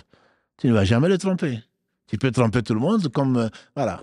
Elle est enceinte depuis... elle a fait un test depuis 1 mois ou depuis 3 semaines. Alors on va précipiter le halal. Pour que les parents sortent la tête haute en disant que notre fille, oui, elle a accouché à 8 mois. Allah sait que cet enfant, c'est un enfant adultérien qui n'a, j'ai rien contre. Et il n'est responsable de rien. Mais à qui tu le caches? À qui? À quoi ça sert? Devant les gens? Pour dire que tu es marié? Quoi ça sert? Allah sait que c'est pas vrai. Donc il faut craindre Allah. Il faut l'aimer, il faut le remercier, il faut lui demander pardon. Sinon, notre vie n'aura pas changé. Sinon, on n'aura été que des facteurs, je dirais, on se sera éloigné de lui après qu'il nous ait guidés, subhanahu wa ta'ala, et qu'il nous pardonne à tous. Qu'Allah subhanahu wa ta'ala nous pardonne. Je suis une maman seule, je m'emporte parfois face à mes 3 enfants. Comment faire preuve de patience face à eux? Qu'Allah t'assiste, ma sœur, et c'est sûr que c'est pas évident. C'est pas évident, on le sait. Un enfant déjà, c'est beaucoup. 3. Et si c'est une maman seule en plus, c'est sûr que les enfants ont tendance à moins respecter la maman malheureusement, que le papa. Ce que je vous conseille simplement, c'est de demander à Allah subhanahu wa ta'ala et de considérer que ce sont des enfants. Ce sont des enfants. Il y a un frère qui me disait, s'il n'était pas, il reste enfant. Si j'étais vraiment responsable, Allah leur aurait certainement imposé ou ordonné la même chose que nous. Donc, quand ils restent enfants, c'est qu'ils ne sont pas... leur éducation n'est pas achevée. Elle ne sera peut-être jamais d'ailleurs, parce qu'Allah nous éduque tout le temps. Mais ça dit qu'ils n'ont pas atteint leur maturité, leur raison n'est pas complète. Et donc, il faudrait à ce moment-là patienter pour cela. Ils ne font pas forcément exprès. Il y a des choses que nous ne comprenons pas. Nous ne comprenons pas par rapport aux réactions des enfants. Et en réalité, eux-mêmes ne comprennent pas. Quand on leur demande pourquoi tu as fait ça, ils disent « je ne sais pas ». Eux-mêmes, parfois, ils disent « je ne sais pas ». Effectivement, ils ne savent pas. Donc, sans compter l'acte ou les tendances de Shaitan qui les poussent à faire des choses qu'eux-mêmes ne comprennent pas. Donc, il faudrait demander à Allah d'avoir de la patience. Et puis, je ne vois pas d'autre solution. Et se rappeler avant d'agir. Donc, améliorer vos relations avec Allah. Et en comptant sur la réponse et la récompense d'Allah subhanahu wa ta'ala.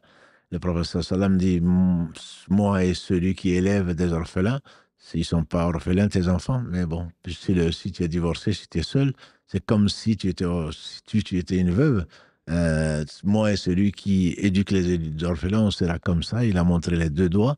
Donc, au jour du jugement dernier. Donc, ça veut dire que ce n'est pas facile.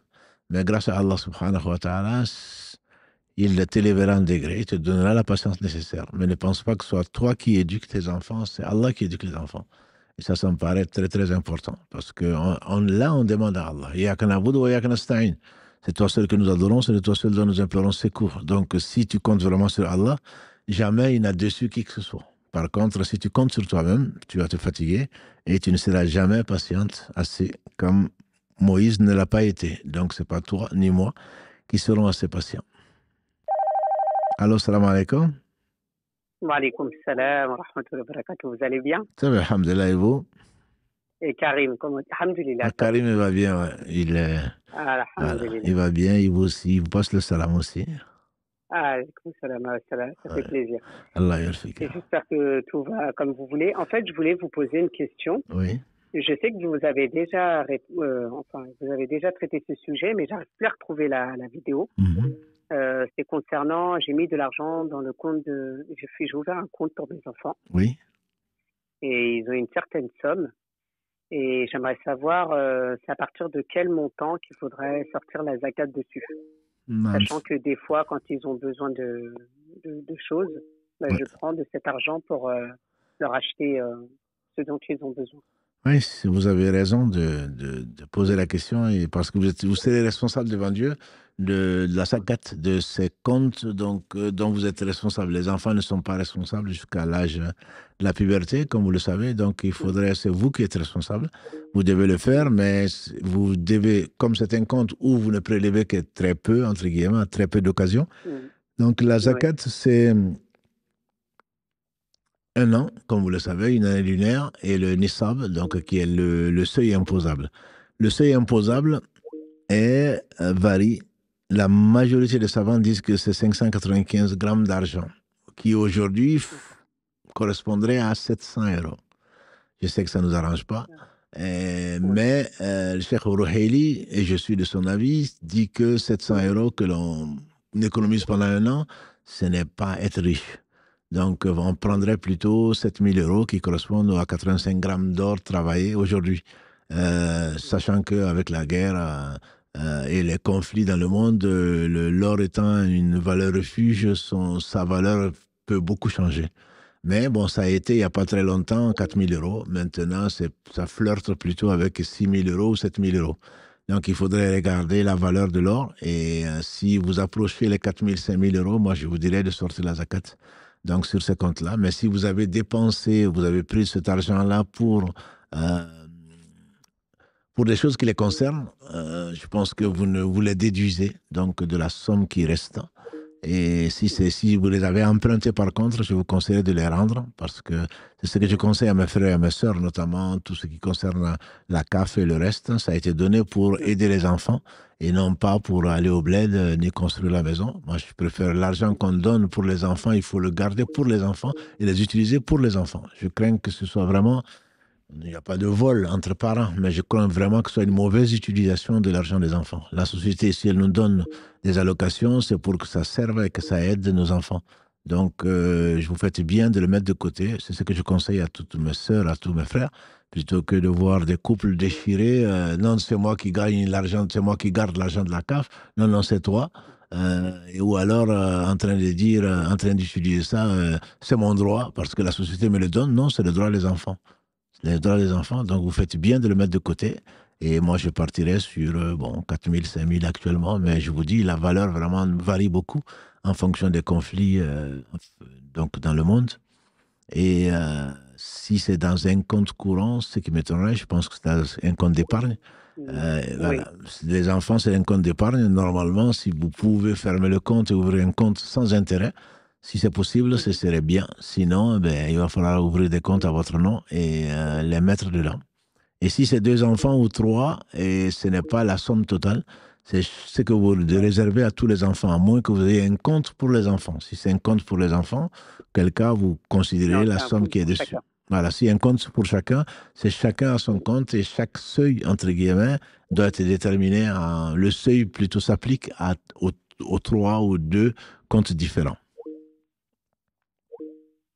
C'est-à-dire C'est-à-dire si vous avez deux comptes, si vous avez un enfant de 10 ans, un de 7 ans, et que dans celui de 10 ans, vous avez 7 000 €, dans celui de 7 ans, vous avez 2 000 €, ben, celui de 7 000 € sera imposable, pas celui de 2 000 €. C'est ça que je veux dire. C'est compte par compte.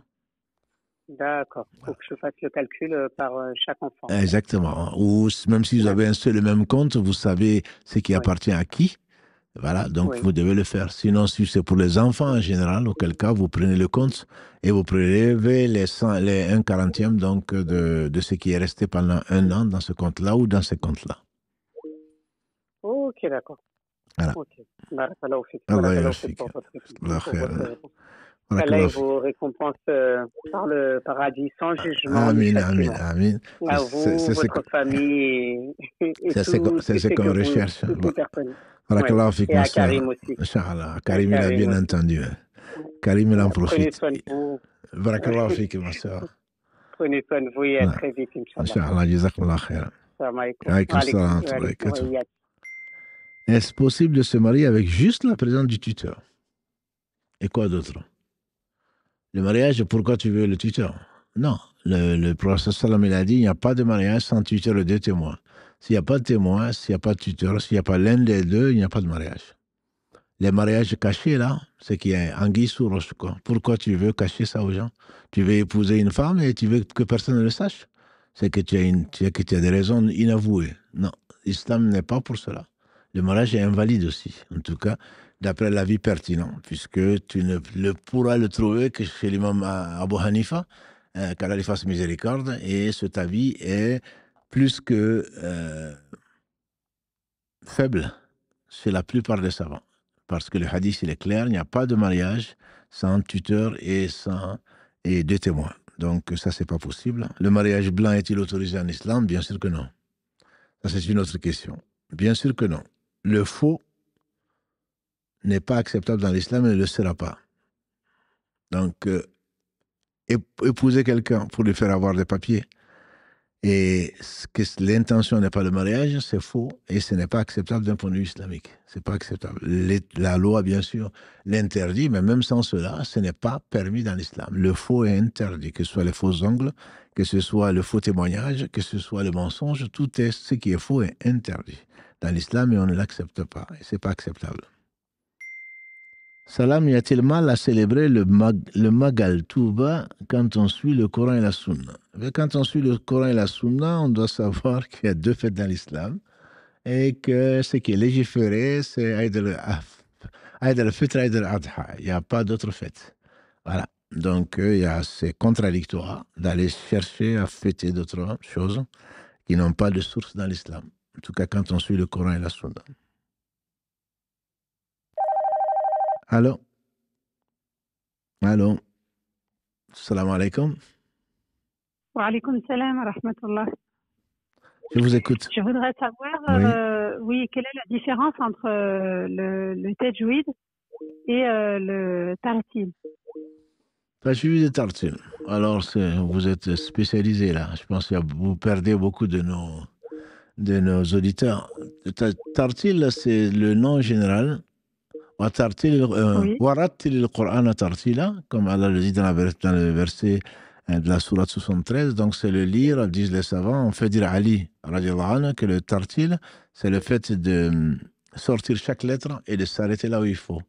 Donc, je dirais, c'est le nom général. Ensuite, tajwid est synonyme. Quand on doit sortir chaque lettre, il faut se rappeler que c'est la parole d'Allah, donc, qui a été confiée à Jibril, qui a confié au prophète sallam, qui nous l'a enseigné. Donc, il faudrait vraiment faire beaucoup d'efforts pour sortir chaque lettre comme il faut. Et certains disent, il y a différentes vitesses. Certains disent que le tartil, c'est ce qui est normal, entre guillemets, vitesse normale, sans trop vite, ni être trop lent. Et que le tajwid, qui est la science, le tajwid est une science. C'est la science de la lecture correcte du Coran. Après le tartil, c'est plutôt une façon de réciter. Donc la différence vient dans le fait que l'un, c'est une science, c'est qui est valable pour toutes les façons de lire, alors que le tartil est une façon de lire correctement, sans être trop lent, ni être trop rapide.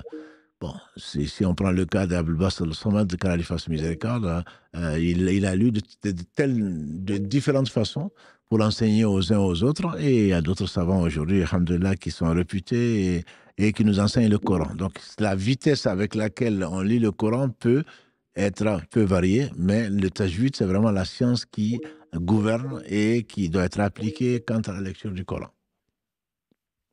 D'accord, donc il nous faudrait en fait lire le Coran avec le tajwid, obligatoirement. Absolument. Le tajwid, obligatoirement, oui et non. C'est-à-dire que quand on le connaît, au moins il faut l'apprendre. C'est ça qu'il faut savoir. Le lire obligatoirement, je dirais non. Mais c'est obligatoire de l'apprendre, oui. Il faut l'apprendre parce que c'est la parole d'Allah. Et quand je fais une faute en répétant la parole d'Allah, si je n'ai pas, c'est à cause de mon accent, parce que je me suis intéressé récemment seulement à ça, j'ai des excuses. Mais j'ai des excuses tant que je suis en train d'apprendre. Mais je ne peux pas dire que ce n'est pas grave. Moi, je suis noir, je n'arrive pas à réciter, ce n'est pas vrai. On a de nos enfants de 10, 15 ans qui sont non arabophones et qui sont premiers dans le tajwid, parce qu'ils ont appris. Voilà, donc on apprend beaucoup de choses. Il faut s'efforcer au moins de ressortir la parole d'Allah comme on peut, autant que l'on peut, et alhamdulillah, à force donc d'essayer, et Allah nous permet de le faire. Et il faut savoir que c'est important. Même si on ne le comprend pas. Le comprendre, bien sûr, c'est encore mieux. C'est bien mieux. Mais il faut s'efforcer. On sait que c'est la parole d'Allah. Le prophète sallam disait en particulier, n'est pas des nôtres celui qui ne chante pas, entre guillemets, le Coran. Alors, il ne s'agit pas de le chanter, bien sûr. Il s'agit de le sortir de la meilleure façon. Parce que c'est mélancolique, parce que c'est la parole d'Allah, parce que ça s'imprime sur le cœur, parce que c'est la guérison des cœurs, c'est la guérison des corps. Donc, ça contient le bien. Voilà. Donc, il faut donner à la parole d'Allah sa valeur, sachant que c'est Allah qui l'a révélé comme pure miséricorde et guérison pour les croyants. Donc, il ne s'agit pas de répéter comme parfois on le fait, on apprend beaucoup de choses et le Coran, on le laisse de côté. Donc, ça, c'est une obligation d'apprendre. Je ne dis pas de le réciter de façon comme on l'espérait, mais il faut tendre vers l'idéal, il faut tendre vers la perfection. Ça, c'est une obligation, oui.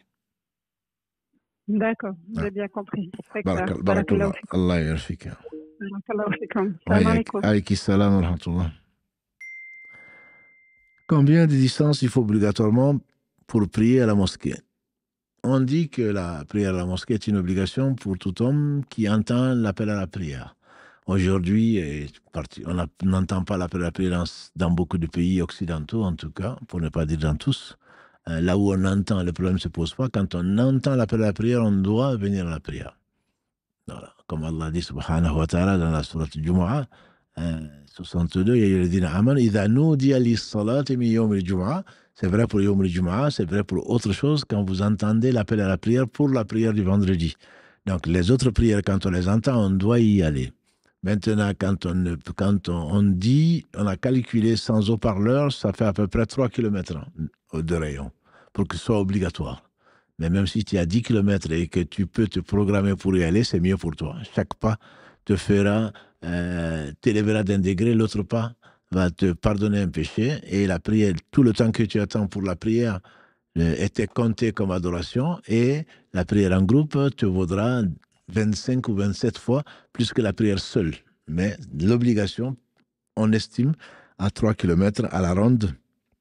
Donc, l'obligation pour un homme d'aller à la mosquée. Allô, oui, salam alaikum. Allô, salam alaikum, wa alaikum salam. Je vous écoute. J'ai une question, en fait. Pour le ramadan dernier, j'étais enceinte. Oui. Et du coup, j'étais sur la fin de grossesse. Et c'était vraiment compliqué pour moi de jeûner, donc j'ai pas pu jeûner ramadan. Maintenant, voilà, j'allaite mon enfant. Oui. Et du coup, j'aimerais, en tout cas, j'ai la nia de vouloir jeûner, mais je sais pas si, voilà, ça va interférer aussi avec l'allaitement. Et je me pose beaucoup de questions à savoir si du coup, je peux pas récupérer mes jours de Ramadan. Si du coup, comment je dois faire, quoi. Si je peux pas récupérer, qu'est-ce que je dois faire? Voilà, c'est la question. Alhamdulillah, qu'Allah vous facilite son adoration. L'avis majoritaire des savants, c'est que vous devez récupérer. en réponse à au verset 184, la sourate al-Baqarah qui en parle, celui qui est malade ou donc en voyage, qu'il le rende dans d'autres jours. Après, les savants, la majorité assimile la maladie à ce qui est temporaire. Donc la grossesse et l'allaitement sont temporaires. Et donc l'avis majoritaire, c'est de jeûner donc ces jours que vous avez manqués. Mais vous avez des excuses, bien sûr. Voilà. Si vous ne pouvez pas les jeûner, ce qui vous est recommandé, c'est de sortir, de nourrir plutôt un pauvre par jour de jeûne manqué. Ça, c'est l'avis majoritaire. Après, il y a un avis qui est minoritaire, qui me convainc. C'est un avis de compagnon du prophète sallam qui disait que la femme qui est enceinte, enfin qui a au cours de sa grossesse ou pour la grossesse ou l'allaitement ne jeûne pas, n'a pas à rendre les jours, mais plutôt à nourrir le pauvre. Donc ça reviendra presque à la même chose qu'on a vu tout à l'heure, c'est-à-dire que si vous ne pouvez pas supporter, malgré que c'est l'hiver actuellement en Europe, si vous ne pouvez pas supporter de jeûner en même temps d'allaiter, et l'allaitement bien sûr, la vie de l'enfant et son éducation et son bien-être passent devant l'obligation religieuse. Si vous ne pouvez pas jeûner, et vous ne pouvez pas le supporter, si c'est épuisant, c'est un moment où vous donnerez à manger, vous nourrirez un pauvre par jour manqué. Voilà. Et du coup, pour c'est combien en fait qu'il faut verser si vraiment je peux pas avec l'allaitement, parce que c'est vrai que c'est pas forcément évident, parce que machallah, mon fils il consomme bien, c'est vrai que moi ça m'épuise énormément. Donc, je sais pas combien je devrais verser par jour, justement pour donner un pauvre en compensation. En compensation, bon, il y a beaucoup de dire dessus. Le plus important, c'est de nourrir un pauvre. Alors, il y a beaucoup de versions. Certains disent que c'est le quart de Zakat al-Fitr, d'autres disent que non. Anas ibn Malik, quand il était vieux, qu'Allah l'agrée, il faisait plutôt à manger avec la viande et tout ça, il donnait aux pauvres. Donc, c'est ce que vous mangez d'habitude. Moi, je dirais, c'est si aujourd'hui vous dépensez 5 euros, si vous êtes en Europe, si vous dépensez 5 euros pour avoir un shawarma ou autre chose, moi, je dépenserais, mais pas donner en nourriture. Parce que pas donner en argent. La sunna, c'est de donner en nourriture. Donc, certains se contentent là aussi, pour moi, administrativement, d'aller acheter des lentilles ou des pois chiches pour donner à des gens qui ne vont pas le manger.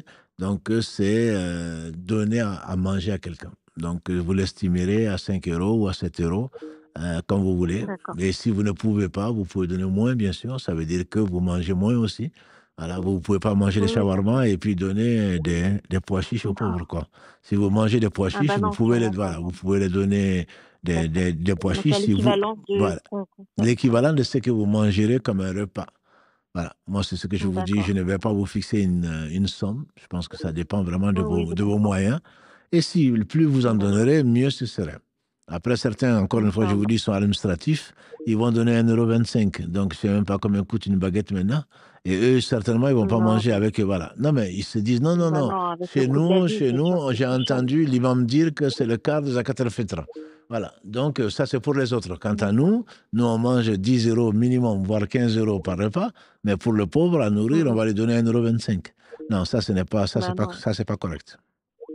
Non, ça c'est pas correct. Ok, barakallahu fik. Allah yabarak. Amin. Merci pour tout ce que vous faites. Allah yabarak, ma sœur. Salam. Alayki salam wa rahmatullah. Peut-on enchaîner une prière obligatoire et une prière surrogatoire avec un seul tayammum? Je ne sais pas qu'est-ce qui va t'amener au tayammum. Si tu as un tayammum, l'avis des savants, c'est que tu peux enchaîner le tayammum avec la prière surrogatoire, mais pas deux prières obligatoires. Et ça, c'est un avis. L'autre avis, c'est qu'il n'y a pas de preuve comme quoi tu as besoin de refaire le tayammum. Mais pour sortir des divergences, je te conseillerais de refaire le tayammum au moins pour chaque prière obligatoire. Ensuite, il y a d'autres questions. Je ne sais pas, Karim, qu'est-ce que tu choisis, si c'est... Ok, donc ce sera la dernière question en direct. On ne vous a pas averti, mais Inch'Allah, non, ce n'est pas la dernière. Ok, donc on va prendre une dernière question, peut-être s'il y en a. Sinon, on va continuer avec l'écrit en tout cas. Ensuite, demander une bonne santé dans ses prières alors que la maladie efface les péchés. Ça, c'est de la philosophie, ça.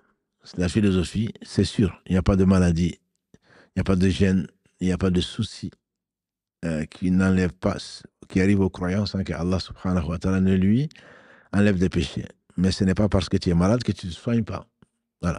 Tu te soignes. Allah n'a pas fait descendre une maladie sans faire descendre son médicament. Qu'on le connaisse ou qu'on ne le connaisse pas. Donc tu te soignes. Et si la maladie, si Allah veut te guérir, tu guéris. Mais tu peux prendre des médicaments. Et tout le monde le sait. Ça peut ne pas marcher. Voilà. Donc on se soigne. On cherche le médicament. Et néanmoins, on demande à Allah de nous guérir. Et il nous guérit si le bien est là. Donc on n'a pas besoin, effectivement, de philosopher dessus. Si on peut pas supporter, on peut ne pas demander à Allah, mais Allah se fâche contre celui qui ne demande pas. La maladie est une occasion, une belle occasion de se rappeler Allah, de se rappeler notre faiblesse. Donc je te conseille, mon frère ou ma soeur, d'arrêter de philosopher et de demander à Allah jusqu'au lacet de tes chaussures, comme le faisaient les compagnons du prophète sallallahu alayhi wa sallam. Allô, salam alaikum. Alaykoum salam, vous m'entendez bien? Oui, on vous entend, très bien.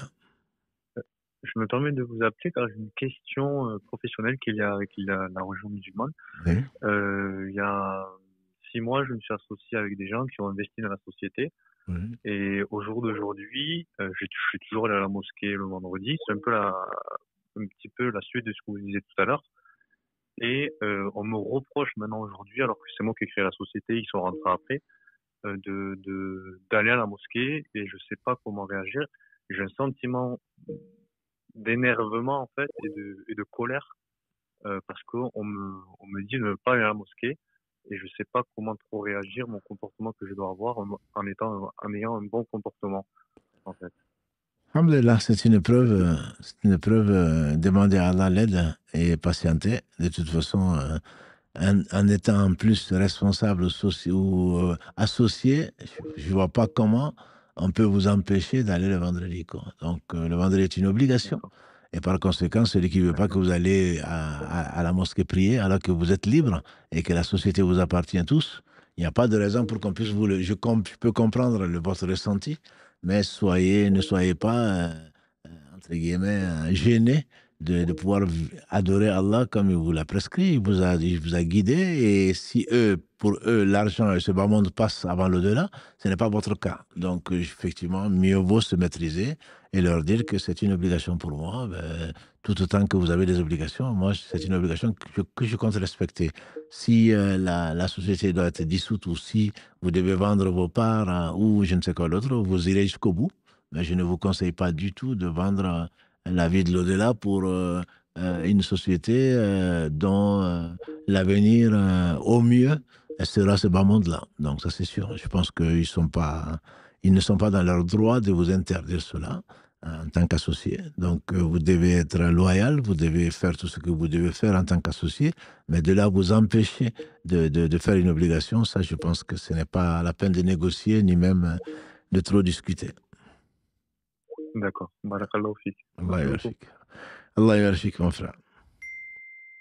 Comment comprendre les phrases telles que Allah guide et égare qui veut? Ce soir, on a affaire à des philosophes. Allah t'a guidé, mon frère, ma soeur, il égare qui il veut, guide qui il veut. Si ce n'était pas le cas, c'est toi qui n'as pas guidé. Si ce n'était pas le cas, il ne serait pas Dieu. Allah guide par miséricorde. Il a dit à son prophète sallam qu'il ne guidait pas. Verset 56 de la sourate 28. Allah guide qui il veut, et le prophète sallam insiste dessus. Celui qui Allah guide, c'est lui le bien guidé, et celui qui Allah ne guide pas est perdu. Ça, c'est sa toute puissance. Sa toute puissance, c'est pas parce que tu as été guidé que tu es plus intelligent que quelqu'un d'autre. C'est parce qu'Allah t'a guidé. Il te rappelle qui il est. Après, Allah égare qui il veut, c'est-à-dire que malgré que la guidée est à la portée de tout un chacun, malgré que Allah a guidé les gens par le Coran, par la Torah, par l'évangile, par ça, et parce que ils n'ont pas pu se guider sans Allah. Ils ont renié Allah, Allah les a laissés à eux-mêmes. Mais Allah est juste. Allah ne va pas punir quelqu'un parce qu'il n'a pas été guidé alors qu'il ne pouvait pas être guidé. Non, Allah l'a laissé dans son égarement, disent les savants, parce que les signes sont dans les cieux, sont sur la terre, sont partout. Malgré ces signes, il a refusé de se guider. Voilà. Et donc, celui qui veut se guider, Allah le guide. Il est capable de toute chose. Je te rappelle que si tu es guidé, ce n'est pas parce que tu veux, ce n'est pas parce que tu es intelligent, c'est parce que lui, il t'a fait la faveur de te guider. Et remercie Allah subhanahu wa ta'ala d'avoir été guidé et demande-lui de continuer à être guidé. C'est au travers notamment donc, de la prière. C'est 17 fois par jour que tu demandes à Allah de te guider. Hidina sirata al-mustaqim, parce que c'est pas parce que tu es guidé que tu vas continuer à être guidé. Remercie Allah et donc continue à prendre les causes de la guidée qui sont notamment la prière. Alors, on va prendre il est déjà 22h30 ici. En France. Donc, comment lier l'islam? Parce qu'on a beaucoup de questions. On va essayer, Inch'Allah, de répondre à quelques questions écrites parce qu'on en a énormément, ce soir en particulier. Comment lier l'islam et vie active en gardant une constance dans nos actes d'adoration? Il faut demander à Allah. Yaka na'budu wa yaka nasta'in.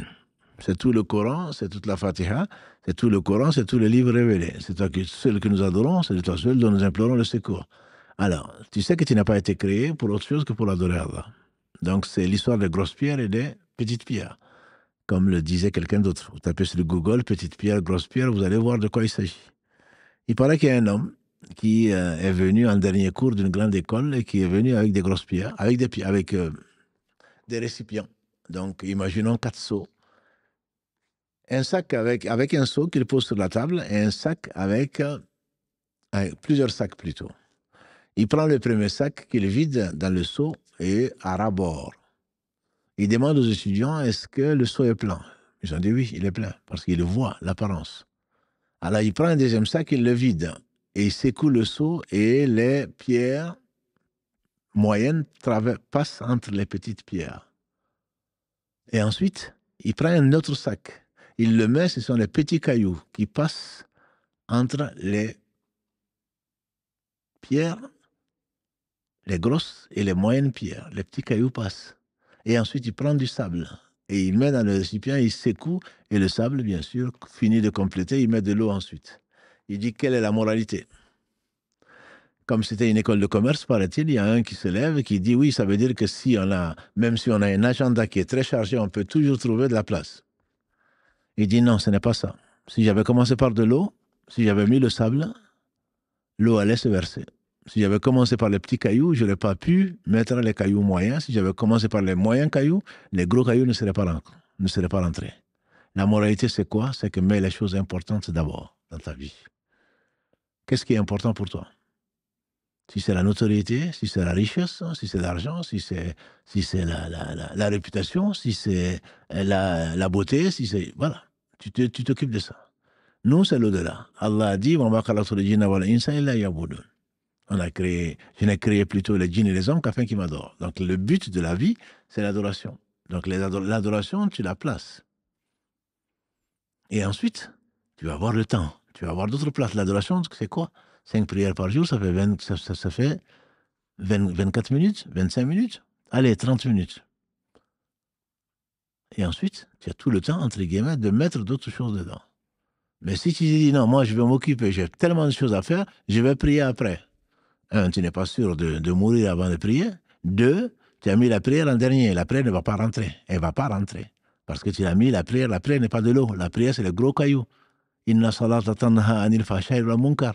La prière empêche des choses blâmables et des turpitudes. Si tu la mets en dernier, c'est une turpitude déjà. C'est une turpitude. Comment tu veux ensuite arranger les choses?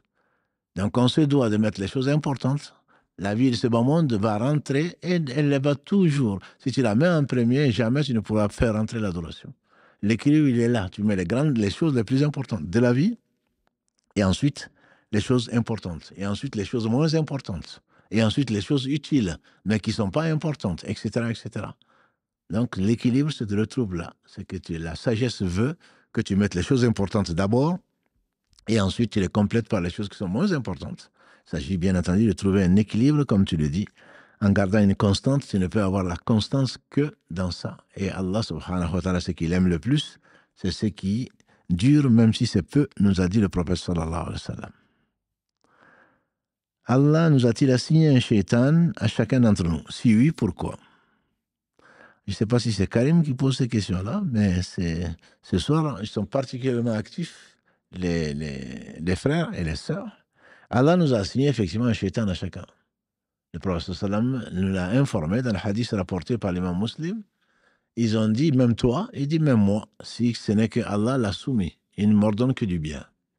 S'il n'y avait pas Shaitan, mon frère, qui pose la question, tu n'aurais pas de mérite. Ou ma sœur qui pose la question, tu n'aurais pas de mérite. On serait les anges. Les anges n'ont pas de mérite, sinon que Allah les a purifiés, ils ne font pas de péché, ils ne peuvent même pas désobéir à Allah. Si toi, tu n'avais pas d'influence et que tu étais comme un ange, tu n'aurais pas de mérite, il n'y aurait pas de paradis pour toi, et donc il n'y aurait pas d'enfer non plus. Tu n'aurais peut-être même pas besoin d'exister. Or, cette vie a été créée par Allah, par sagesse.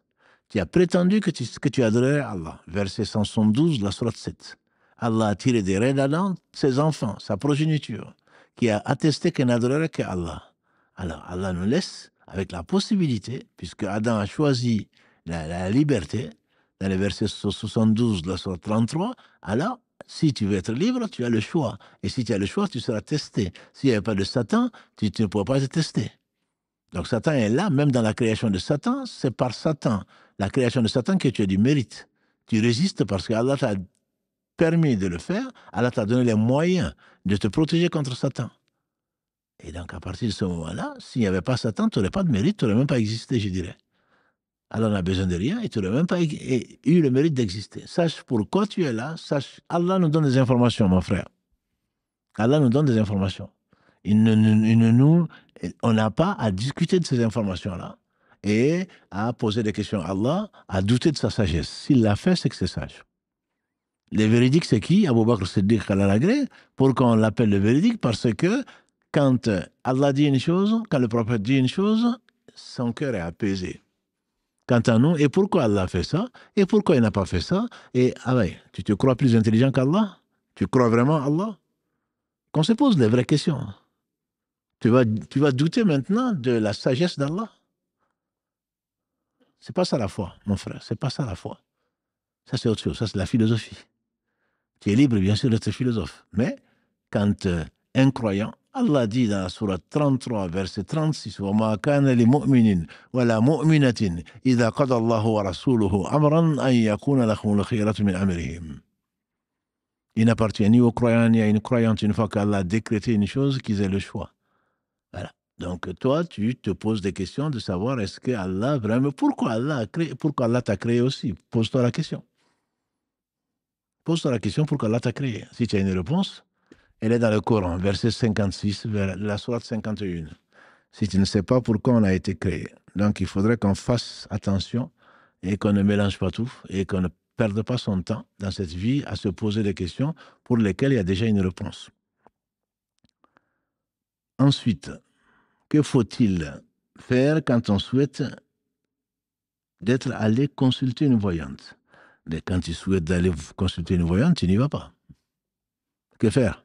C'est interdit. Celui qui va voir une voyante, qui va voir un voyant, un charlatan, même s'il ne croit pas à ce que la personne dit, les horoscopes c'est pareil, si tu ne crois pas à ce que la personne dit, pendant 40 jours, tes prières ne sont pas acceptées. Donc si tu veux aller voir les voyants... Pardon? Ah, voilà Karim qui m'explique qu'elle voulait se repentir. Elle a été voir une voyante. Voilà. Donc, je n'avais pas compris la question comme ça en tout cas. Comment faut-il faire quand on souhaite être allé? Oui, donc quand on a déjà été voir une voyante. Ben, on revient vers Allah repentant. Alhamdulillah, Allah pardonne tous les péchés sans exception. قل يا عبادي الذين أسرفوا على أنفسهم لا تقنطوا من رحمة الله إن الله يغفر الذنوب جميعا إنه هو الغفور الرحيم. Verset 53 de la sourate 39. Dis-leur, ô mes serviteurs qui sont fait outragement tort, jamais ne désespérez de la miséricorde d'Allah. Allah pardonne tous les péchés. Il est le pardonneur, il est le miséricordieux. Donc, quel que soit ce que tu as fait, ma sœur, mon frère, quel que soit ce que tu as fait, il faut arrêter, il faut regretter, décider de ne plus jamais le refaire et prendre le droit chemin. Allah te pardonnera. Sa promesse est vraie et sa promesse est sûre. Ce qu'il promet, il le réalise. Et c'est lui qui est le très grand pardonneur. Autrement, on ne l'aurait pas laissé sur la terre, comme il est dit, verset 61 de la sourate 16 et 45 de la sourate 35. Si Allah s'en prenait aux gens pour ce qu'ils ont fait, il n'aurait pas laissé sur la terre un seul être vivant. Donc, il est pardonneur, nous croyons et nous espérons sur son pardon. Et alhamdulillah, qu'Allah te pardonne et qu'Allah nous pardonne tous et nous accorde le paradis sans nous demander des comptes. Bonjour, en tant que femme, est-il nécessaire d'avoir un témoin pour se convertir à l'islam? La réponse, c'est que pour te convertir à l'islam, mon frère ou ma sœur, ici ma sœur, on n'a pas besoin d'être sœur ou frère. Il faut sincèrement connaître à quoi tu t'engages. Tu remercies Allah dans ton cœur de t'avoir guidé, puisque celui que Allah veut guider, il le guide vers l'islam, dit Allah subhanahu wa ta'ala. Il ouvre sa poitrine plutôt à l'islam, dans la sourate 39, et donc tu te dois de prendre une douche, entre guillemets, sans savon, sans shampoing, juste une douche, 2 minutes, 3 minutes, de te laver tout ton corps, tous tes cheveux, et pour te purifier de tes péchés, et attester devant 2 témoins, femme ou homme, c'est 2 témoins. 2 témoins, on appelle témoins dans l'islam des gens qui sont pratiquants, puisque dans l'islam, il n'y a pas de non-pratiquants. Et donc, c'est 2 témoins pratiquants. Quand je parle de non-pratiquants, je parle des gens qu'on peut considérer comme témoins dans l'islam. Les Oudoul, ce sont des gens donc, qui ne font pas des grands péchés. Et ne pas prier fait partie des plus grands péchés. Donc, on appelle témoins des gens au moins qui font la prière, au moins. Qui ont une éthique morale qui se manifeste dans leur comportement. Et donc, devant cela, devant 2 témoins, hommes, tu attestes. Si tu ne trouves que des témoins femmes, mais tu attestes. Je dirais, comme le verset 282 de la sourate Al-Baqarah, ou la sourate quand Allah parle subhanahu wa ta'ala des témoins pour le commerce ou autre chose. Et donc, tu peux également prendre un témoin. Tu peux prendre 2 témoins plutôt. Si tu n'en trouves pas, tu prends un témoin et tu prends 2 femmes et tu donc témoignes devant ces personnes. Si tu n'as personne, comme beaucoup de sœurs le font d'ailleurs, tu peux témoigner. Tu commences ta prière, tu fais ta prière, tu as déjà des témoins, des gens qui te voient en train de prier, donc ils témoignent pour toi.